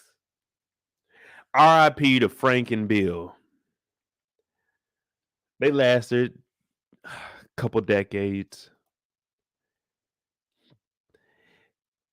And we'll walk right off into the sun, hand in hand. And now Joel and Ellie, aka Little Valentine, aka Miss I Talk Too Much, Miss aka Let Me Get a Gun, Miss aka That Chicken Sandwich Was Good, Miss aka Whoa, what is this, an electric fence? Miss aka What is that, a plane? He like, stand back, man, this fence might go off. And then he puts in the code because you remember Bill told Frank to call Joel and give him the codes so Joel could take care of them. He puts in the codes. They walk around. We see the old church. They get up to the house. And one thing Joel notices, Bill doesn't let anything, and I mean anything, go without being watered. Nothing. And he's looking, so he already has a suspicion of Bill might not be here. Bill might be dead, or Bill is hurt because these flowers ain't watered. When he goes up to the door is already open. As the door opens, they go in. Hello? Hello? Billy? Franklin? Hello? Is anyone here? Hello? Is anyone here? Mr. Billy? Shut up, Ellie. Shut up. Stay right here. Hey, Bill, you in there, bro? Bill. No answer. Downstairs, our novice character, she doesn't know what's going on, but she sees an envelope that says, to whoever, preferably Joel. She's like, well, I just took it as whoever was me. So Ellie, she opens up the thing. Turns out that the keys to the truck is in there. They got the S10 with the extended cab. And she begins to read, Dear Joel, I'm assuming it's you that found this. You'd be the only one that knew how to get through the fences. Because I told you the code. Now, anything that's in the house you may use. My arsenal, my bunker, it's the same code, just backwards. Go down there, anything you need, take it. You need a new chopper? Take it. You need the new 4.5? Take it. You need that new revolver? Take it. Whatever you need, take it. Upstairs, I left the window cracked. In the bedroom. You don't want to come in here. It's an ugly sight. It's ugly, it's dirty, it stinks. That's why I left the window open so it wouldn't funk up the house. Joel, I never liked you, but I think we became friends. So take any and everything you can so you can protect Tess. Keep Tess safe. Now, Ella didn't want to read it because Tess dead. He already failed the mission. If this is a video game, we got to start all over. He didn't keep Tess alive. That's all we had to do. She got bit. She died. And all Billy wanted him to do was make sure she was good. Make sure that Franklin was good. Both of them were dead.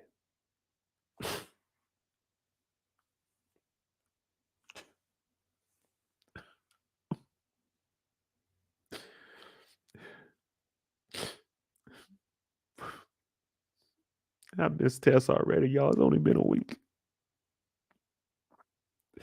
She didn't have to go out like that.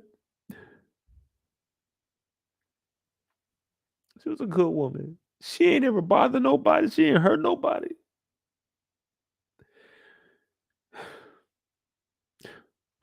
R.I.P. Tess. But they got the keys to the truck, so we got to continue on. Tess gone, Billy gone, Frank gone. Fuck him. We got to keep going. Now he goes outside. He looking around. He thinking. What next? Tess is dead, so he balls up the paper because he don't want nothing to do with that. My hands are washed clean of that Tess situation. But I got this damn key. They go in there, no battery. Never keep the battery in the truck. Just in case someone comes into your house, never keep the battery in the truck. Because then if they get the key, they can steal it. But if you keep the battery outside of the truck and you only charge it when you need it, then hey, you're good to go. They can't steal the truck. So Joel is upset. And he's like, look, we going to Wyoming. Me and you. We're going to find my brother. He was an ex-Firefly.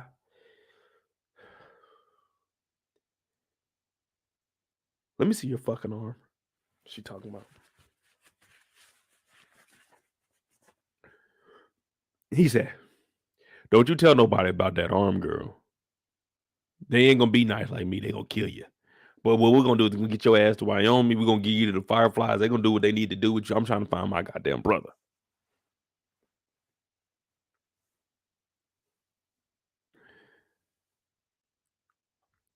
Don't show nobody that arm.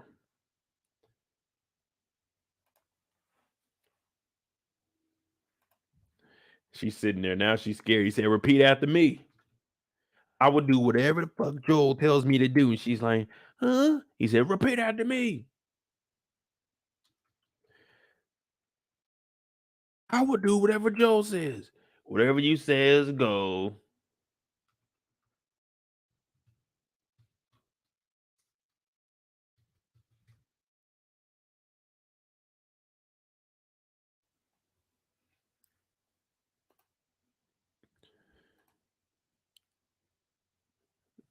Hey, little girl, don't be playing around. Joel's dead serious right now.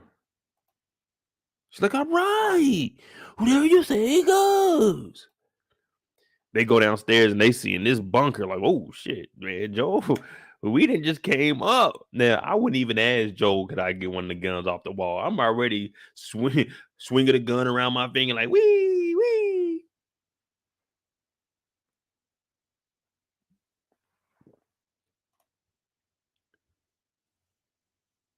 She's like, can I just get one? He said, hell no. See, I probably would have took I would have probably took this right here. That might be a little bit too big for her. So yeah, you gonna go to this. Nah, that's gonna get you kicked. You right here. This is what you need right here. You get the little one right here, should be good to go. Or this one right here, that James Bond right there, the golden gun. Should get that one right there.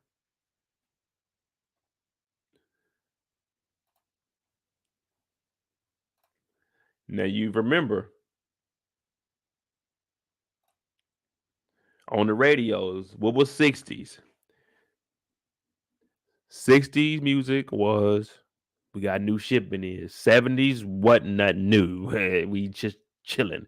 And when them 80s music get to playing, shit is real. Danger, danger, danger, danger, danger. Get on the floor. The nigga right here.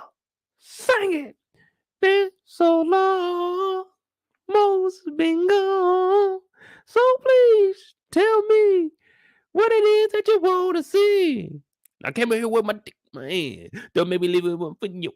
Be cool.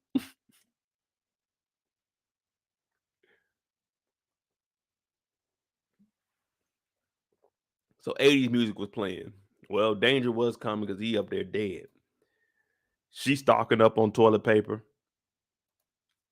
He bringing out school clothes, women's shirts, small through medium. She like, oh yeah, I'm about to go take me a little shower. He charging up the car battery. We about to get the fuck up out of here. We about to head on down the road to Wyoming. Charging up the batteries. Joel's going through all the extra equipment. Got to get us some oil just in case we got to get an oil change on the way there. Any little mishaps. Now she's going through all the stuff she ain't supposed to be. But hey, man, they're dead. Right now, it's a free-for-all. She goes in here, she sees the little pistola. She's like, oh yeah, I'm copping this. Let me go ahead and put this in my damn bag. Let me put this in my bag right there. Now, I wouldn't have put it in my book bag. I would have had that thing on my hip. You know what I'm saying? We not playing around out here. Got to be ready. Like, there's zombies out here. It's show better than using that little pocket knife.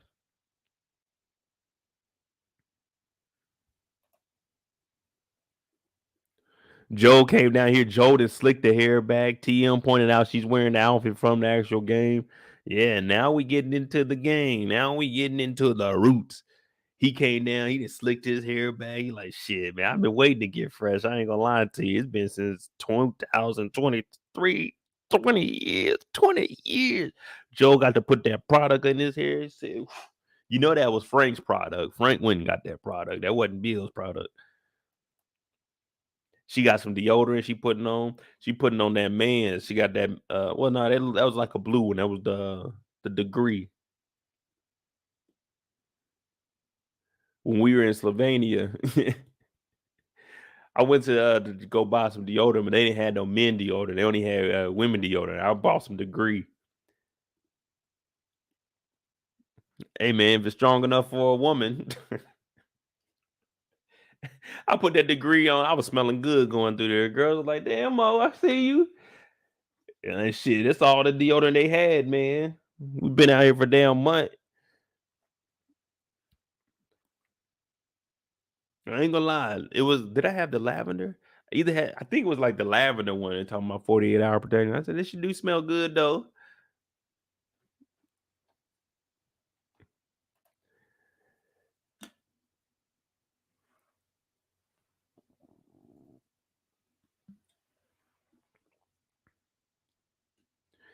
Yeah, they showered because remember she was in the when she was in the garage with him. She said, "Ooh, they got hot water. I'm gonna take a shower and then you gonna shower."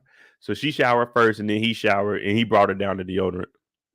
She like, "Ooh, you look cute." Joe ain't trying to hear that. Joe did. Hey, Joe did slick that hair back though. He was like, just in case we come up on some women, Joe got to be ready to go because we got to replace Tess. Tess is MIA right now. We don't know where Tess is at. Now Tess was in that explosion. Did she survive? We don't know. She could still be zombieing it up right now. But Joel needs a new love in his life, so he said, "Let me slick this shit back. Let's go, girl. Let's go. Let's go." They hop out in a blue Chevy. She don't know nothing about it. It's like a spaceship to her. He talking about put your seatbelt on. She said, a seatbelt? He said, yeah, this little thing right here is gonna save you. It's gonna save you. They riding off. They got the music playing. And that's the last we see of these two, man. And that's the end of The Last of Us. That was the last episode. 3 episodes, limited series. They survived, y'all. They made it out of Boston.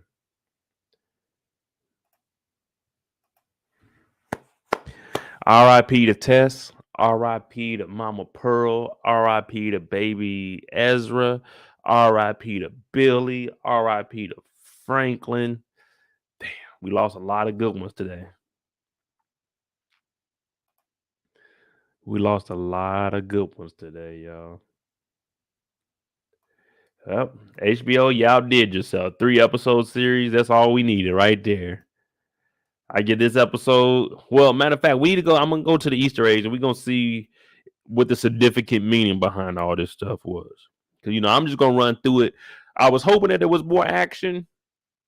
That's why I give this episode like a 6. Presentation was good. I'm not gonna lie there. Presentation was good. They gave us a solid story. I can't lie about that, but you already gave us these first 2 episodes, so the expectation is always going to be, yeah, we can't get our head above water. That's what the expectation is. We trying to get some breathe. You know what I'm saying? Some breathe in there. We supposed to be up under the water, but right now we standing up in the water. This is probably knee deep water right now. This right here is this isn't even. You can't even you step in the water and it only go up to your ankles. You can't even say, man, we got wet today. Pause. We just stuck our feet in some water. We didn't even get to try nothing. We want to be in over our head.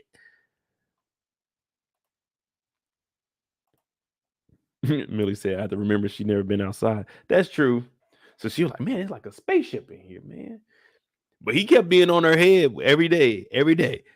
You in school, ain't you? Didn't they teach you something? What you learned in school? You don't know nothing about nothing.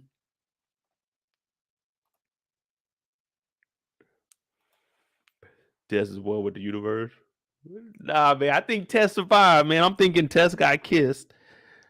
What I'm hearing, hey, I can't confirm this or not, but what I'm hearing from the CDC is if you get bit by a zombie and then you kiss one within 24 hours, if you can be exposed to heat, it's gonna burn the zombie. I can't confirm this, but they just saying it'll burn the zombie out of you.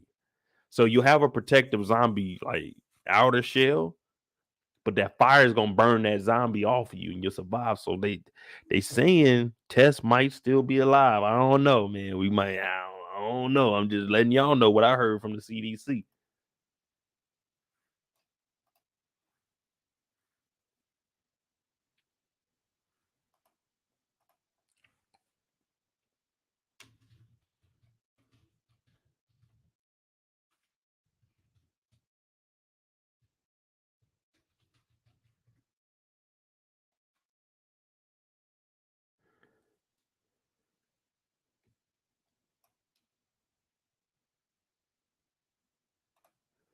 Why don't I be a test subject with the Coco Jones clicker? What's the Coco Jones clicker?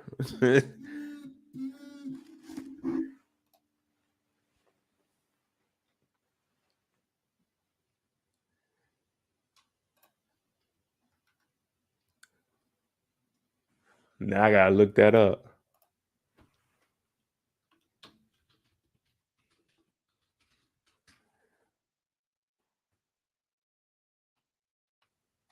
The hell's a Coco Jones clicker?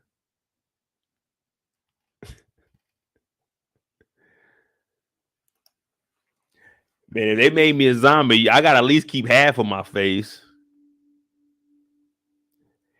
They be trying to screw me over. I have a zombie where the whole top half, all you see is like my mouth, and then the rest would be like zombie. Man, like, come on, man, they screwed me over, bruh.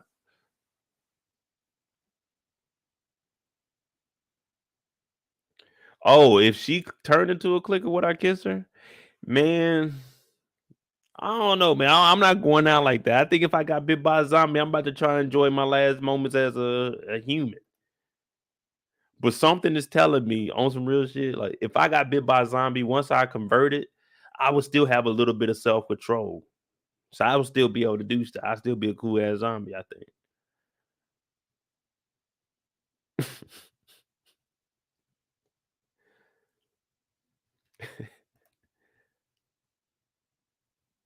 He hasn't seen his brother in what was it? What do you say? 3 weeks? 3 weeks or 3 months? I think he said he ain't heard from his brother in 3 weeks. I don't know. I got to go back and watch it. But let's see what the Screen Rant got to say. What did we miss out on because we were just looking from the surface level? Blah, blah, blah, survivalist outbreak day after. We need to go and see who played Miss Pearl. What illness did Frank have? Uh,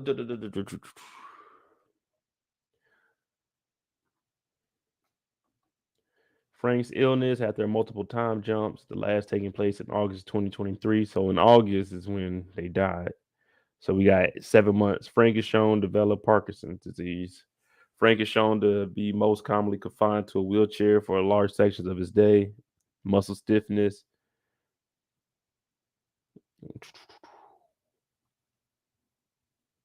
It was unable to be cured before the disease. All right, so they said he had Parkinson's. Why did Bill kill himself? Let's see.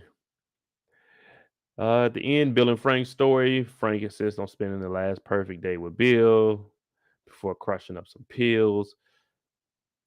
Die peacefully in his own terms. This is likely a response to his illness, which tragically removes many aspects of his former health. And surprise twist, especially for the players of The Last of Us game, Bill reveals he put Frank's pill in the bottle of wine both of them shared, meaning Bill will meet the same fate. The big change in the original game, as Bill is still alive when Joel and Ellie, played by blah, blah, blah, leave Lincoln. Yeah, see, that's what I was saying. If they were going to change it, I was thinking that they were going to have. I thought they were going to have Franklin kill Bill. That's what I was expecting them to do. But I mean, I guess that storyline is cool. It was just. Uh, In terms of why Bill does this, it all links to the story in episode 3 was telling. Bill and Frank's love for each other was so strong that Bill could not see any reason to continue living in a world without Frank. If Frank died and Bill was alone, the latter's purpose for surviving would have been left, meaning Bill, both tragically and romantically, wanted to go with Frank. All right. Why they don't show the bodies at the end? Yeah, that's interesting. They could have showed us that. They showed us Mama Pearl and baby Ezra.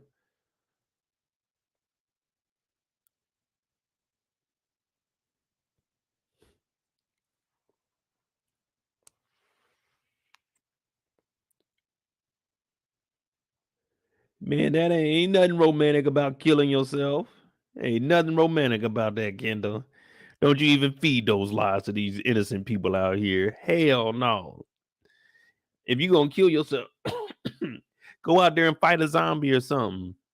Get on the radio and let somebody know, hey, bro, we giving up the crib, man. Y'all can come get the house, man. This is gonna be the last call. Over and out.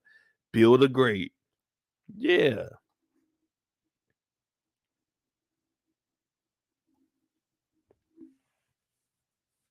What up, Detroit King?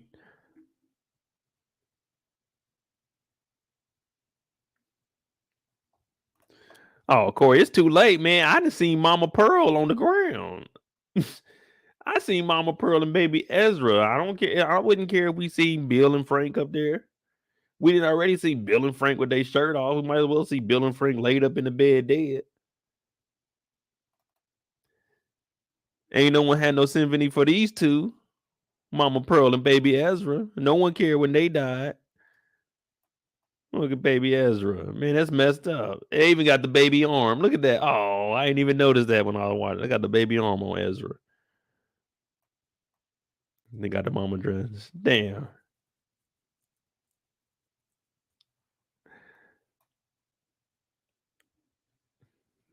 Damn. Ain't no one care when it was baby Ezra. But when it was time to show Franklin and Bill, they said we ain't gonna show them.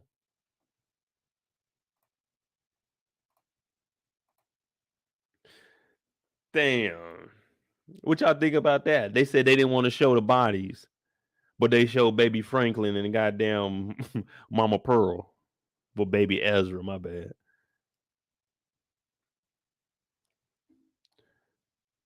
And then and not showing on the show and not showing the bodies, Bill and Frank's ending feels much more dignified and does not spoil the beautiful story and ending of a such showcasing of decomposed bodies of the two fantastic characters.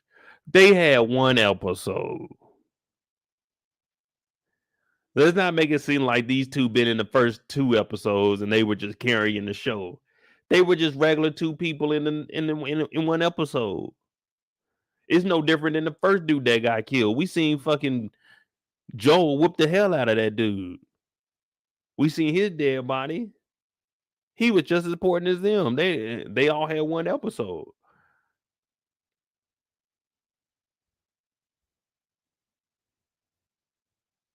That ain't making no sense, but they'll show us a decomposed body of a damn baby. Come on, HBO. I expected so much more from y'all. That's really what y'all said. Y'all didn't want to show us these two niggas laid in the bed. All they were gonna either be is either skeleton or it's just gonna be their regular body. They could have just showed a glance in there, just their body, so we see how far along and how long ago they died. But they'll show a baby skeleton. Come on, man. HBO, y'all should be ashamed of yourselves. We doing all this. We just seen a little girl stab a zombie in the head. We just seen a girl kiss a zombie and blow up all these zombies. But we can't see these two motherfuckers in the bed, see how far along they are dead. We just seen a nigga get caught on fire outside because of Bill. Come on, man. We couldn't see that. We seen 3 dead bodies in the motherfucking Fireflies headquarters when they went to go talk to what was her name? Marlene. Come on, HBO. You can't do that to us. I ain't even think about it until now. I mean, I was wondering last night. I was like, "Hey, did I see anybody?" But when I went back to get screenshots, I was like, "Okay, there ain't no bodies." But I was wondering why we ain't see their bodies. We seen the elephant graveyard in fucking The Lion King. We seen the elephant graveyard in The Lion King. We just seen the little graveyard with a little bitty baby and his mama. But we couldn't see how far along that these two were dead. The two characters that are so fantastic that carried the whole episode, we didn't get to see how far along they were.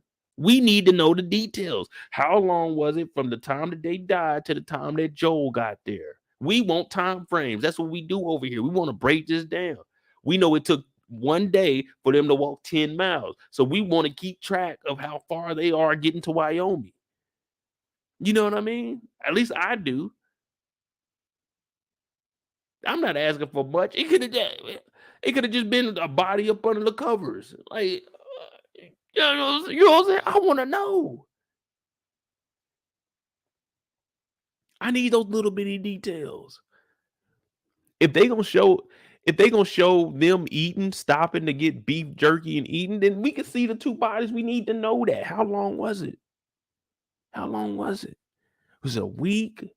What y'all got? Over or under a month? Over or under a month of them being dead?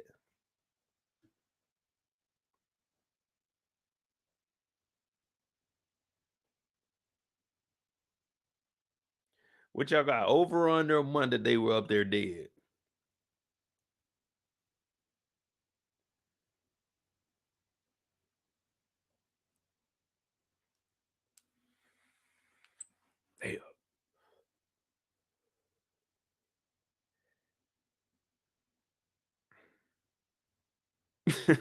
Damn. All right, Bill, you got away with one. Bill must have locked the door. I'm going in there. I don't care. If I'm searching the house, I'm going in that room. There might be some good stuff in that room.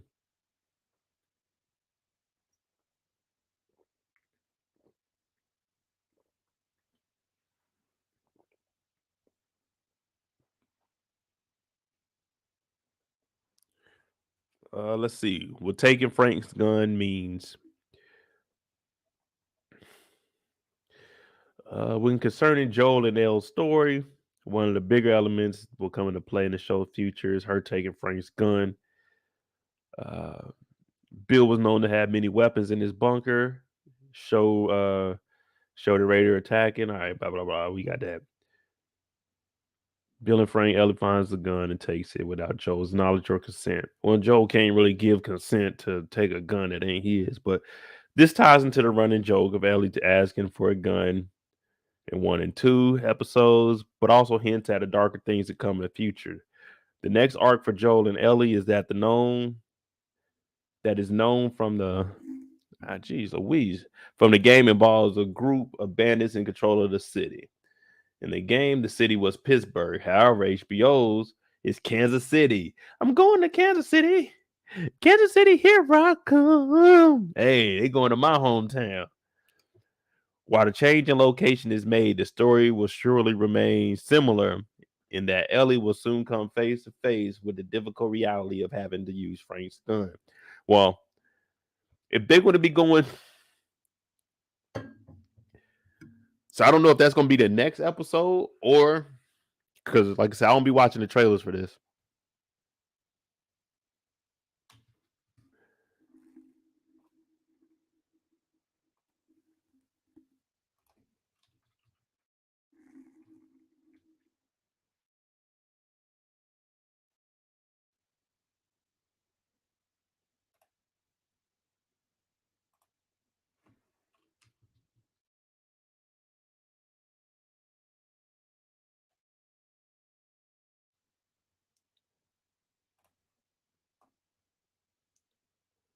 Oh, well, they show the hell ain't walking. All right, so that's a 21-hour drive. That's that's in perfect conditions. Roads aren't blocked off. You have gas places to stop at. So we got at least next episode, if they're in Kansas City, we should say at least a day or 2 days, maybe three, no longer than three if they're driving. But of course, we know that their cars ain't gonna make it that far, so they might make it to Kansas City in 2 days, and that might be where we pick up. And then we got Wyoming. Might have to walk the rest of the way to Wyoming.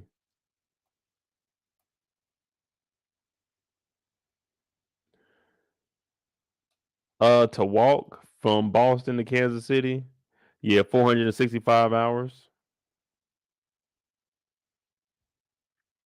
But we got a truck, so hopefully we only got to drive like a day or two.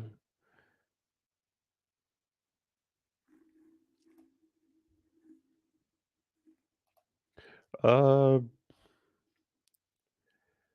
that ain't really nothing. Let's see. Is there any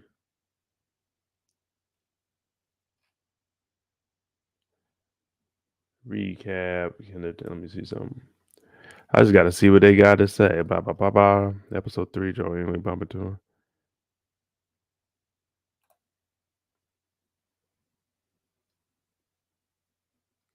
Nah, I ain't really seeing. I'll watch some stuff on YouTube and I'll be able to explain to y'all next time. But I mean, that's pretty much it right there. That's episode 3 of The Last of Us. I give it like a 6, 7, like more like a 6, man. I'm not gonna lie to you because it just introduced the characters, but I ain't gonna lie to you. I want to watch Joel's story. I want to watch him and the little girl go across. Like they can put bits and pieces, like little flashbacks of moments, but I don't think we need a whole episode of other stories, like their background stories. Maybe just a little bit, but not a whole hour's worth. Me personally, I like to keep the story pushing.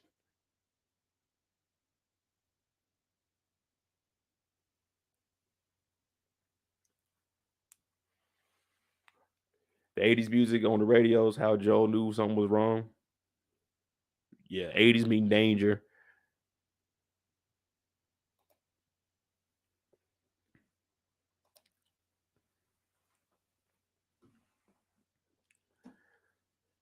Presentation, I give everything. It's just the story for me. I didn't really. That episode did nothing for me. I'm gonna be honest with you. It was literally an hour of them at the house. They argued. They planted some food. They ate. They got sick. Got in one little shootout. That was the episode, man. I'm expecting follow-ups to episode 1, episode 2. So that just means HBO about to hit us over the head next week. Next Sunday is gonna be. I'm giving next Sunday. I'm already stamping it a 9. I'm putting next episode at a 9. I'm gonna watch the trailer tonight too. See how far off I was. But I'm gonna stick with a 9.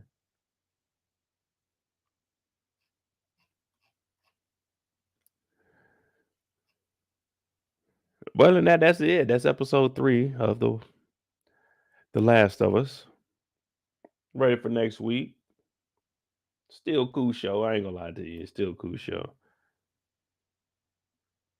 They found love in a hopeless place. We found love in a hopeless place.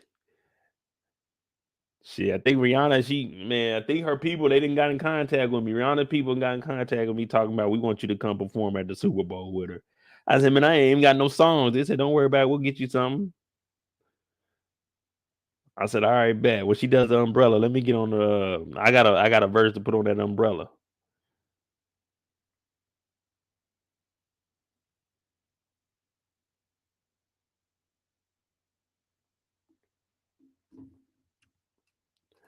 If you didn't hear, season 4 is already started. They've been recording for like 2 weeks for Go season 4. Man, we ain't even seen one episode of season 3, and they already, oh, we got season 4 on the way, man. Let's get it. Let's get it. I did watch You People. I ain't gonna lie to you. It was kind of slow in the beginning to me, man. It was, I give You People like a 7. I ain't gonna lie to you. 7. Jonah and his mama, they were funny. Eddie was in the beginning, he wasn't funny, but then he started getting funnier, especially when they had a little dinner scene. Um, I don't know.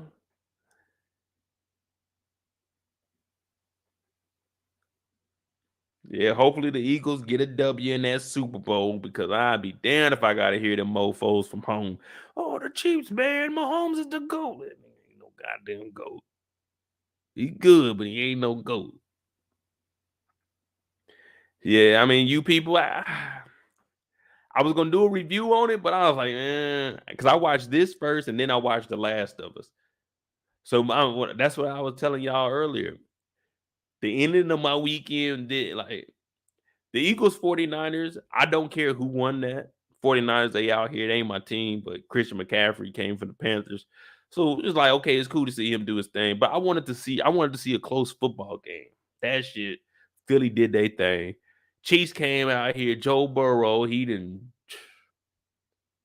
threw 2 interceptions.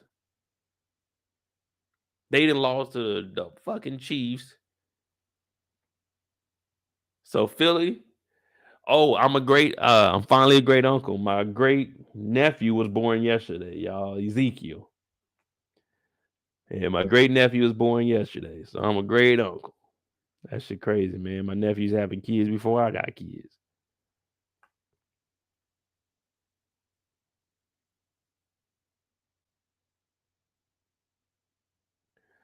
And my nephew's an Eagle fan. So, you know what I'm saying?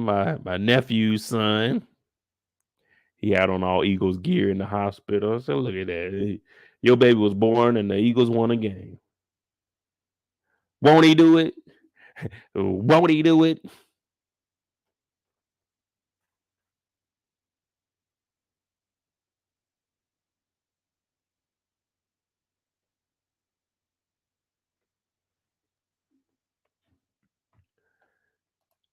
Hey, the Niners, all they had to do was just call me. I could have been up to the stadium in about, if I drive, if I got to get on the shoulder, I could probably get a police escort. I could have got up there by halftime, boy. I would have brought the 49ers back that game, boy. Y'all would have been seeing me in the Super Bowl. They were saying some unknown guy named Mo. He came in and he won the game. Would have went right up to the damn airport, hopped on that PJ to Philly. Would have been there. They would have been mad. Kevin Hart be trying to fight me. Meek Mills be trying to fight me. Mad. Because I done came up here and saved the game. Yeah, Eric, I just seen that article a couple hours ago, man. It's messed up, but shit, that's football though, man. That's football. And that's why I love it so much, because it don't matter what happened out there. You just gotta keep on pushing. But You People was all right. I gave it a 7. Would I watch it again? Nah.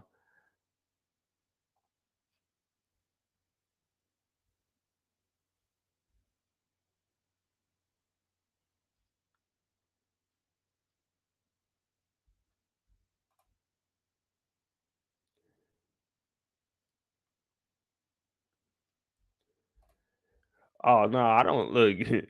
I watch TV, man. It's gonna be in shows. I don't care. I fast forward through it. You see how we do it on here. If I don't want to talk about something, then we gonna skip over it. But I mean, none of it bothers me. I'm just like, it is what it is, man. It's TV, dog. It's TV. Hell, I did a whole season of 2 seasons of P Valley. I just fast forward through it, man. If you don't want to watch something.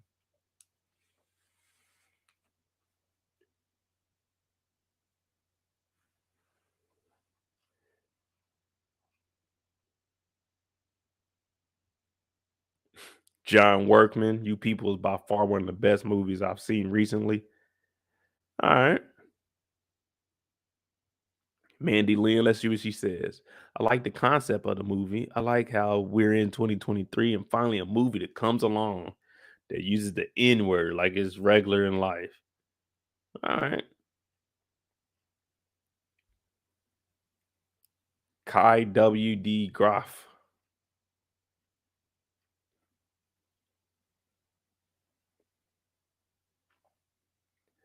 Oh, yeah. You know me, man. It is what it is, man. It is what it is. Yeah, this free times or whatever y'all got, we can talk about it, man.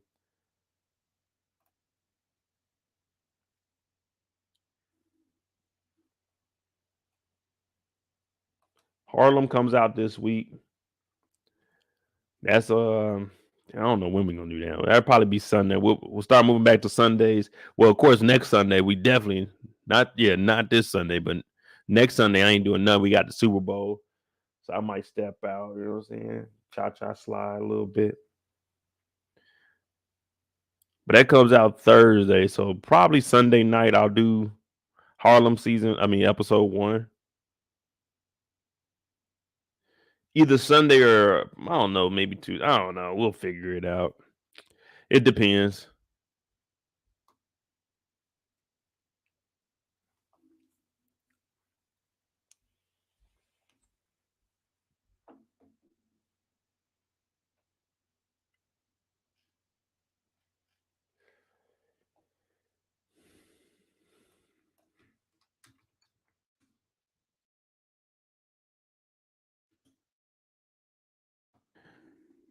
Wait, it says premieres February 3rd.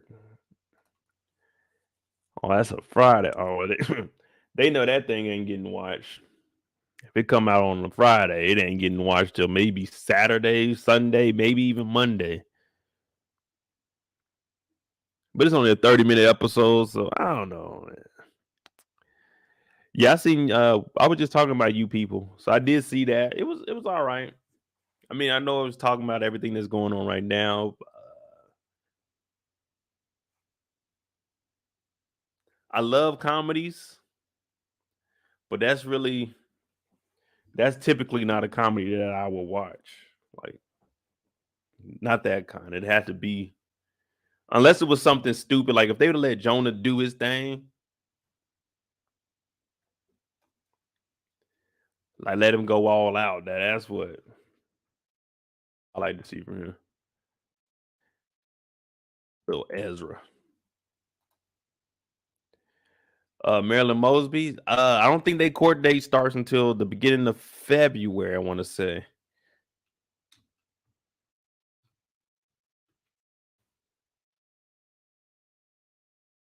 Two days ago. Man, I ain't gonna lie to you. I forgot all about her. Her little crooked self. Oh Lord. Hey, she in trouble. Rain, are you still in here, brother?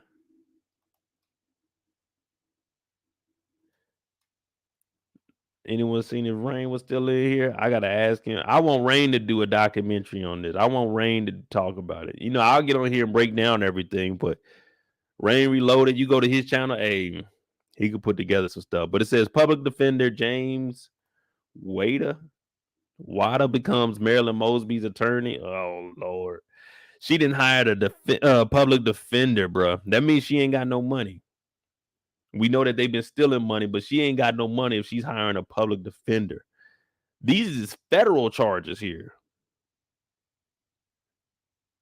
With the new filing in federal court, federal public defender James Wada has become the defense attorney. Oh Lord. Mosby's entire defense team was allowed to withdraw from the case late last week. Now I want to know why they see. We got to see what did they withdraw from. The six-person team cited a variety of reasons, including the Scott Bolton's need to defend himself against criminal contempt court charges while working on the case. Who the? Oh, I'm about to say, I know this nigga better not be in on this trial. All right, during the hearing, Mosby was declared indigent, ineligible for a public defender. All right. Federal prosecutors said Mosby committed perjury when she claimed a COVID hardship on her tax return. However, her lawyer said she was qualified for use of CARES Act exempt to withdraw $81,000 from her retirement account. Let's see why you got a public defender now. Mosby used the account to withdraw to put down on a payment on an 8-bedroom house near Orlando, Florida, prosecutors said.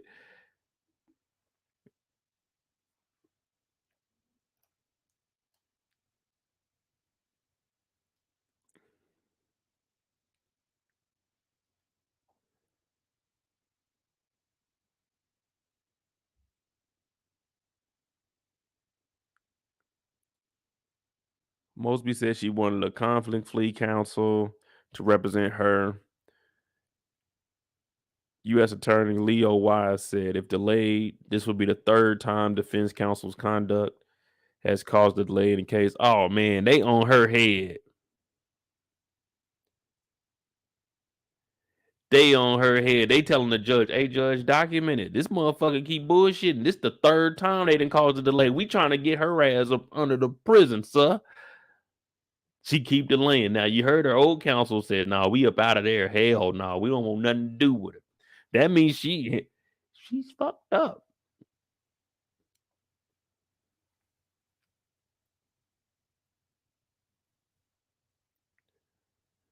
Attorneys Proctor. Hey, Proctor's alive.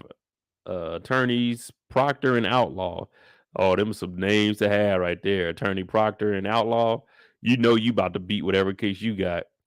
But they said they never expected to become lead attorneys in the case, and the schedule before today would burden them financially. Basically, nigga, we ain't making no money off of this. We don't want to work for her. She ain't got no money.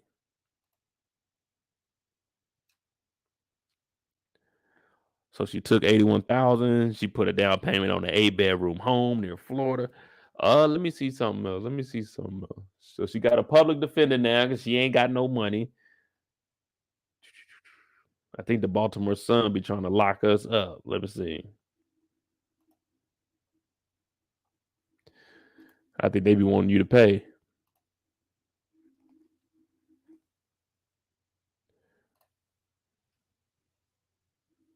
Golly, man, ain't nobody trying to pay y'all, Baltimore Sun. Ain't no one reading these articles but me. This shit should be free. Ain't nobody. Let me get online and look at the Baltimore Sun's news articles. Man, yeah, make that shit free. Free press. That's what it's called, man. Free press. We should be able to read all that shit. Baltimore's ex-prosecutor perjury trial faces more delays. All right, let's see what she done did. Damn, it's crazy, HBO. Y'all the ones that got me even knowing anything about this. Shout out to We Own the City.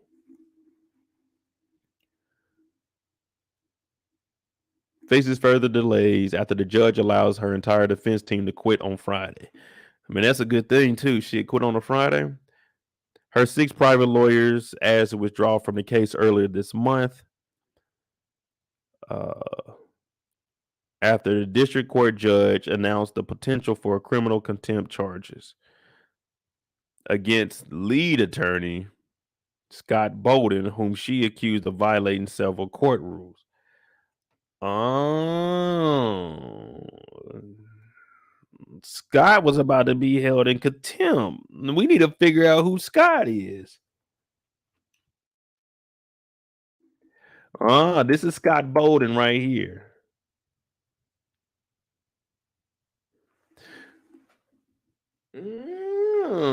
Scott Bolden. Let me verify is this one.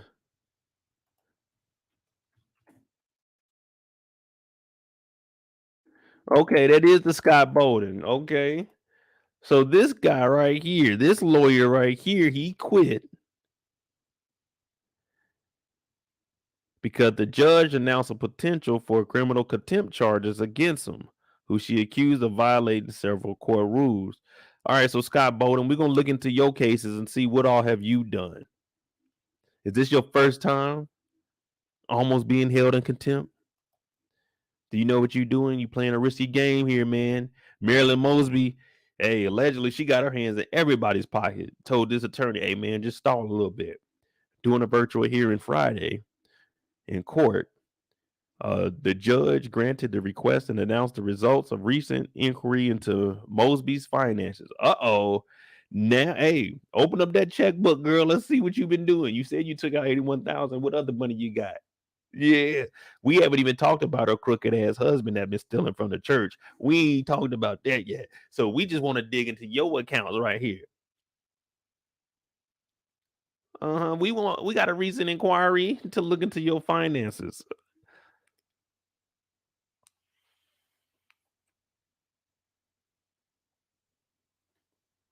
Ooh-wee. Now she wasn't doing a PPP scam. So she said it was what happened was she was working and she on her taxes she put hardship, meaning she wasn't making the money that she was making prior to COVID. So they gave her access to go pull her money out of her 401k. Now, they got her on the recording.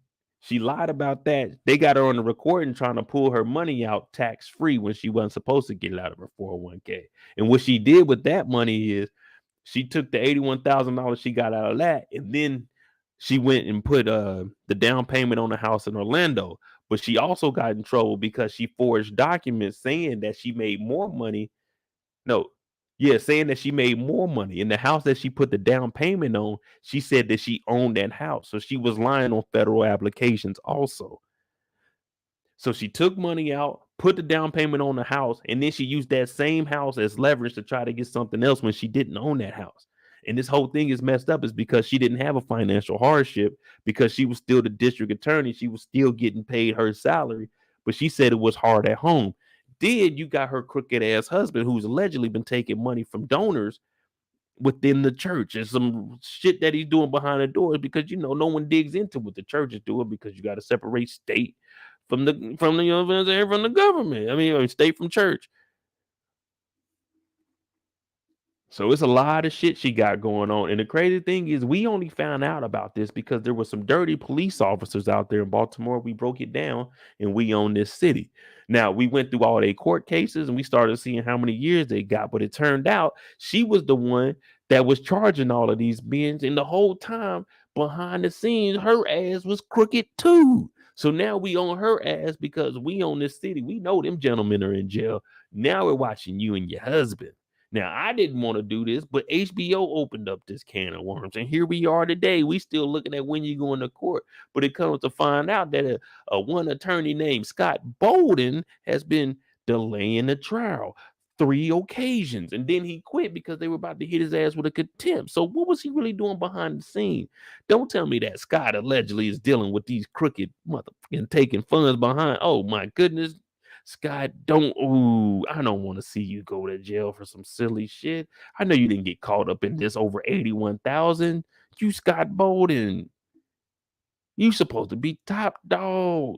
Man, I hope you ain't doing nothing grimy, brother. I hope you not. But if you are, then we just gonna scoot your ass on over with the Mosby family, and we gonna watch and see what they did. Now, I'm not against no black folk, but when you start fucking up that bad, come on, man. Don't you know you're killing your own people?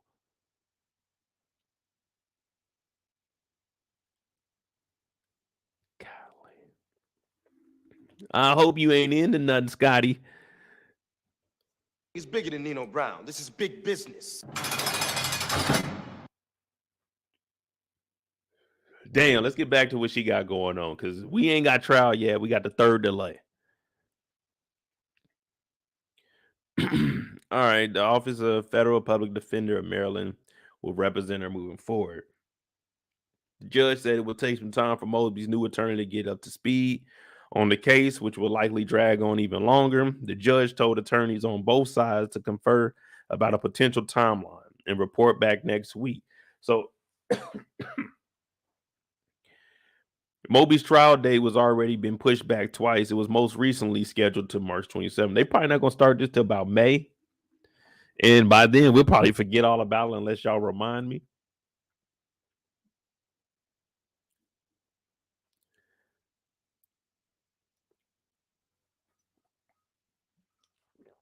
So she doing the right thing. Just keep pushing it back as long as you can. Typically, in a situation like this, she's guilty. I'm just gonna be real with you. In cases like this, they're 9 times out of 10 guilty.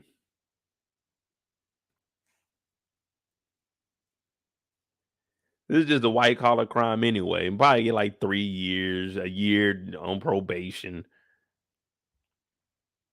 But a situation like this where they hear your ass over the phone talking, whenever you call your your financial institution, whether it's just your bank or is where you got your 401k at, all calls are recorded. She's on there talking about, yeah, let me go ahead and take this out. They got recorded conversations.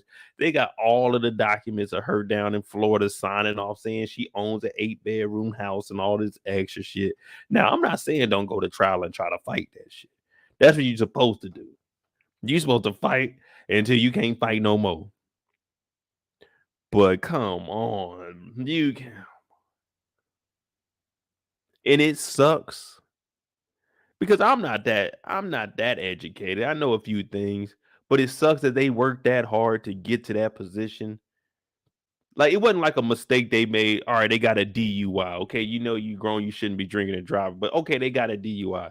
But doing shit like this, you work too hard to get to that position to mess it all up. And it's just when you see it, you just look at them and some people want to feel bad for them. I just look and say, you fucking stupid, man. Not saying anyone's perfect, but come on. How could you even get into a situation like this?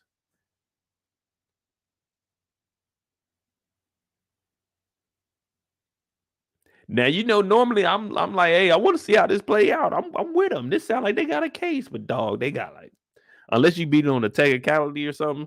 So, which, hey, man, I'm praying for you, but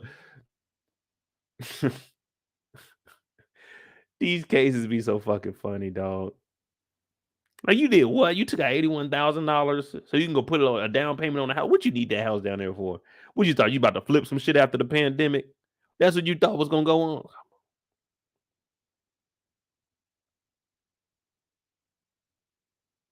Man, I don't care how greedy some man. I feel you. I feel you, man. But my boy Scott Bowden, boy. Let's go sing. All right. If y'all out in Baltimore, man, Scott Bowden or DC area, my bad. Scott Bowden. He is a prominent trial and white collar defense lawyer to whom companies and individuals turn to for representation in most of their significant concerns. Scott has handled some of the most high profile matters for elected officials, business leaders, athletes, and entertainers in and outside the nation's capital. He is also very comfortable handling such matters on a national stage. Scott is so particularly adept at assisting clients in navigating crises that present significant legal, business, and reputable risk. He previously served as a managing partner of the Washington, D.C. office, as an at large member of the executive committee of the firm. All right, now. All right, now. Scott, your ass quit, though. You gotta put that in here. Scott was almost held in contempt.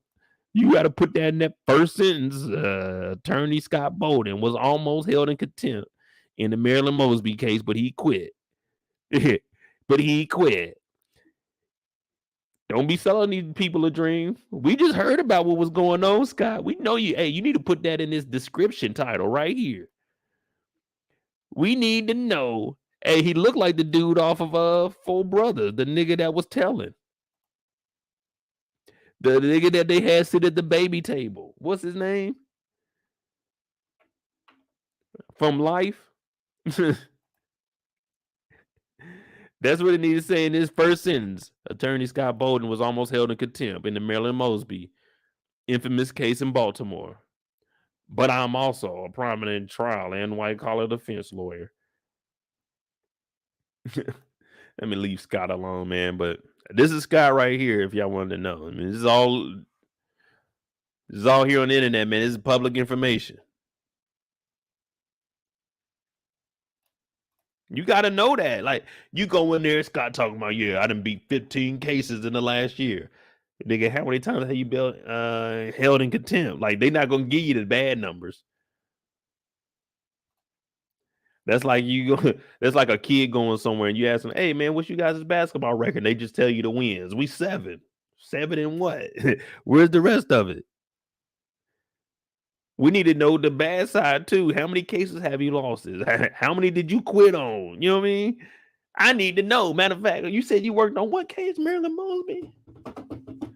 Okay, let me see. Marilyn Mosby case. You typing it up, talking about, wait, nigga, wait a minute, nigga. Now you can go try that on them entertainers and them motherfucking athletes. They got money to blow. But look, nigga, you charging $2,500 just the hour? Oh no, I need to do a background check on you for $2,500 an hour, nigga. I ain't got it like that. Not no 2,500. What you gonna do? 1 hour a day or 1 hour a week? Yay. When you go do my 1 hour for the $2,500, you better be working that whole hour. I want the solid hour too. I want that 8 to 9, not 7. That's too early. Not 10 because you started. Hey, I gotta go to lunch. I want that 8 to 9 o'clock. I want that 8 to 9 o'clock. I want you to work your ass off for that 1 hour because I can get you 1 hour a week, maybe 1 hour every 2 weeks. So if you could do 30 here, 30 there, or maybe break it down to 15s, however you do it, you need to make that 2,500 stretch. But I need to know if you lost any cases. Have you quit? Because, nigga, if I pay your bitch ass $2,500 and you quit my shit, nigga, then I'm gonna have to come and get on your ass. Now I know you an attorney, you can hold that against me and go tell what you need to tell, but I'm gonna tell him you a janky ass motherfucking lawyer. So you gotta let me know, nigga, how many cases have you lost? How many cases have you quit on? How many times have you been held in contempt? Those are serious allegations right there. Being held in contempt. Oh, what, nigga? No. In federal court? No. You can't represent me.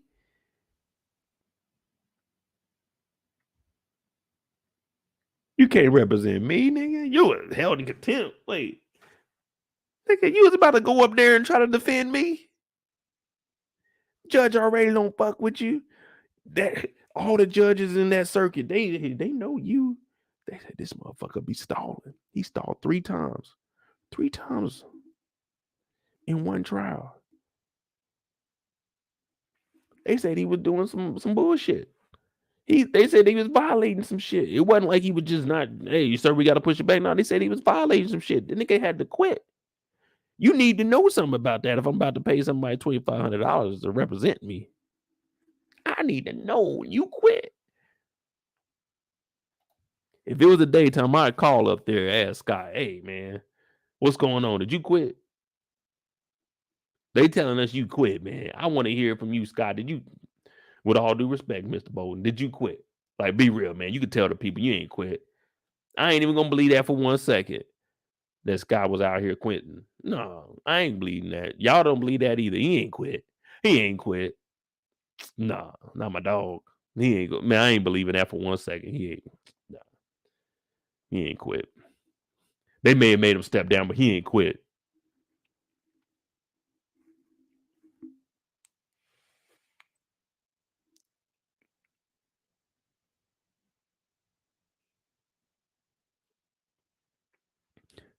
Mosby left the office earlier this month after serving 2 terms. Blah, blah, blah, blah, blah, blah.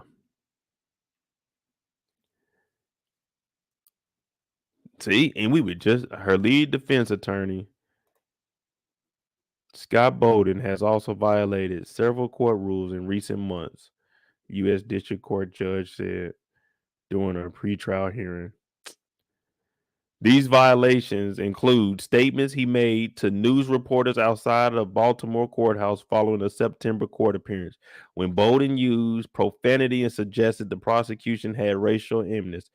He publicly apologized the following. Oh, man.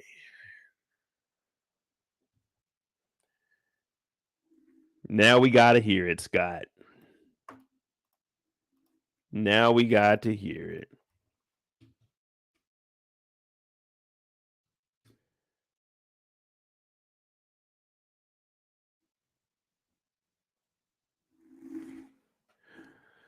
What up, Daria? Now we got to hear. Did y'all hear him cussing?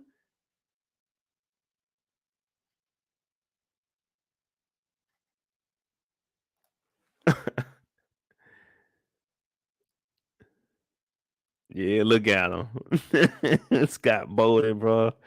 They try to get my dog, man. He ain't did nothing to nobody. Shout out to Scott Bolden, man. Y'all out in Baltimore, man. Holla at him. Look at Nick. We ain't even spoke about Nick. Marilyn got them legs out, though. Good. Yeah, walk it, girl. Let them know you ain't scared. You go, Queen.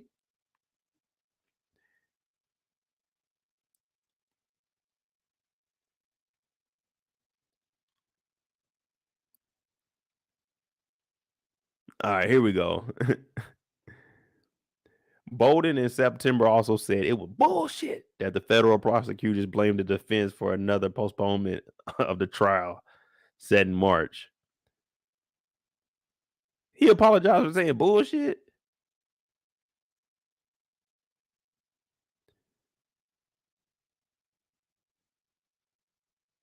No, man, I wouldn't apologize for just saying bullshit.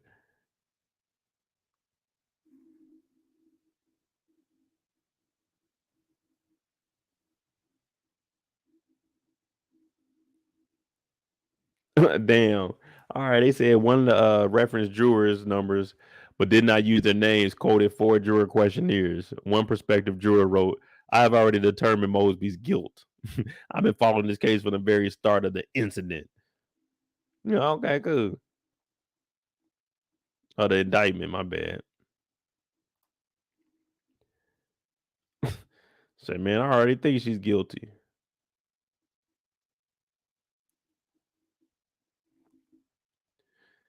Damn, Bolden and quit, man.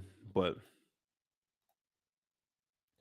nah, I mean, I don't know, man. I don't know, man. What y'all think? What y'all think? Marilyn Mosby did it? Y'all think Marilyn Mosby was? I mean, I don't think she took that money.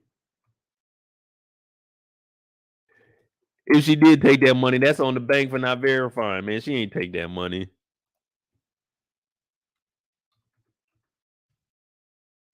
She ain't take that money. Oh, the Baltimore Sun. Of course, they got it. The bank should have did some verification checks.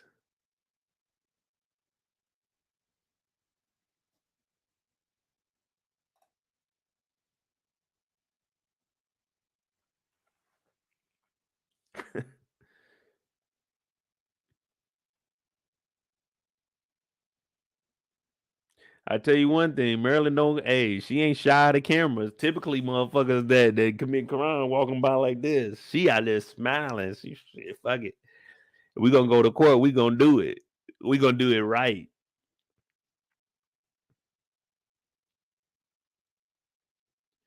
Man, I want to hear these phone calls that they got.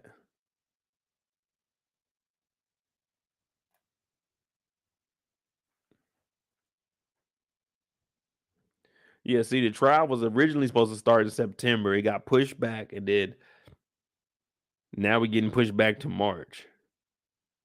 Well, it was supposed to start in March, so it got pushed back to September. Then it got pushed back to March, and now they about to push it back again for the third time. I think we read this article. Man, oh well. Good luck to her. Maybe they find a way through it because they say where there's a will, there's a way. So good luck to her and Nick. I mean, shit, it wasn't my money, so I wonder what they did with that house. Did they take that 8-bedroom house back, or they still got that mug until they get found guilty or innocent? Hey, Marilyn, toss them keys. Let me go stay down there real quick. Y'all not using it? Let me go stay down in that 8-bedroom. I'll make sure the lights stay on. Yeah, I'll let your boy.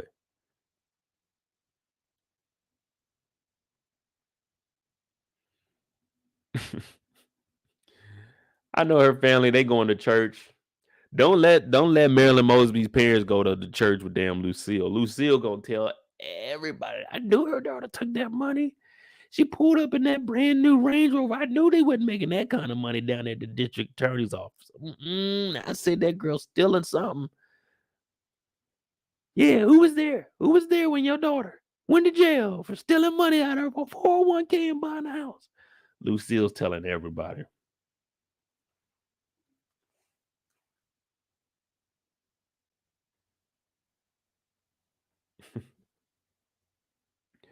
But yeah, man, that was The Last of Us, episode 3.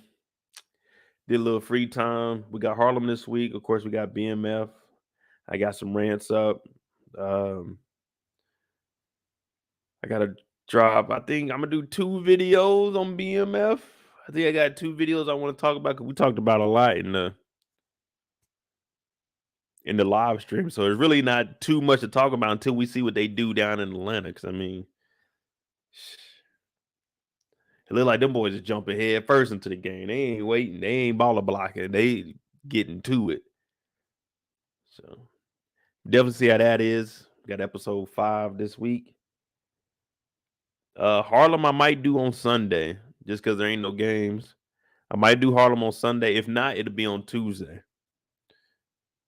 Because that's what I originally had Last of Us Monday, Harlem on Tuesday. Wednesday, we just, saying it is what it is. Thursday, Snowfall. Friday, BMF. Sunday, Bel Air. So, might just do it on Tuesday. I don't know. It depends. Sunday, I might not, man. I ain't gonna lie to you. Sunday, I don't be feeling like getting up and doing nothing. Just chilling. But we'll make it happen, though. I'll probably still do recaps on that, too. Just a 30-minute episodes. It'd be like 10, 15 minutes. Yeah, we'll see. We'll see. But if you're new to the channel, hit that subscribe button, hit that like button. Thank y'all for tuning in. Support the channel. Cash apps at the bottom of the screen. Daily videos are back. Make sure you guys tune in to Brillo, the Big Reviews channel. He got a little subscribe-a-thon. I'm gonna be on this channel a couple days out the week.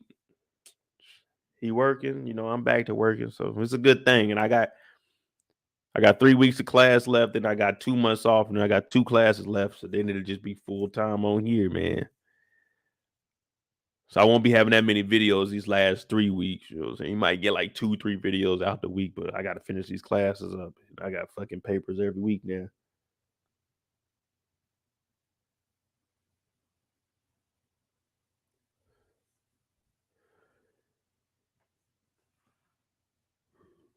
But yeah, hit that subscribe button, hit that like button. Thank y'all for watching. I'm out, y'all. I'm out.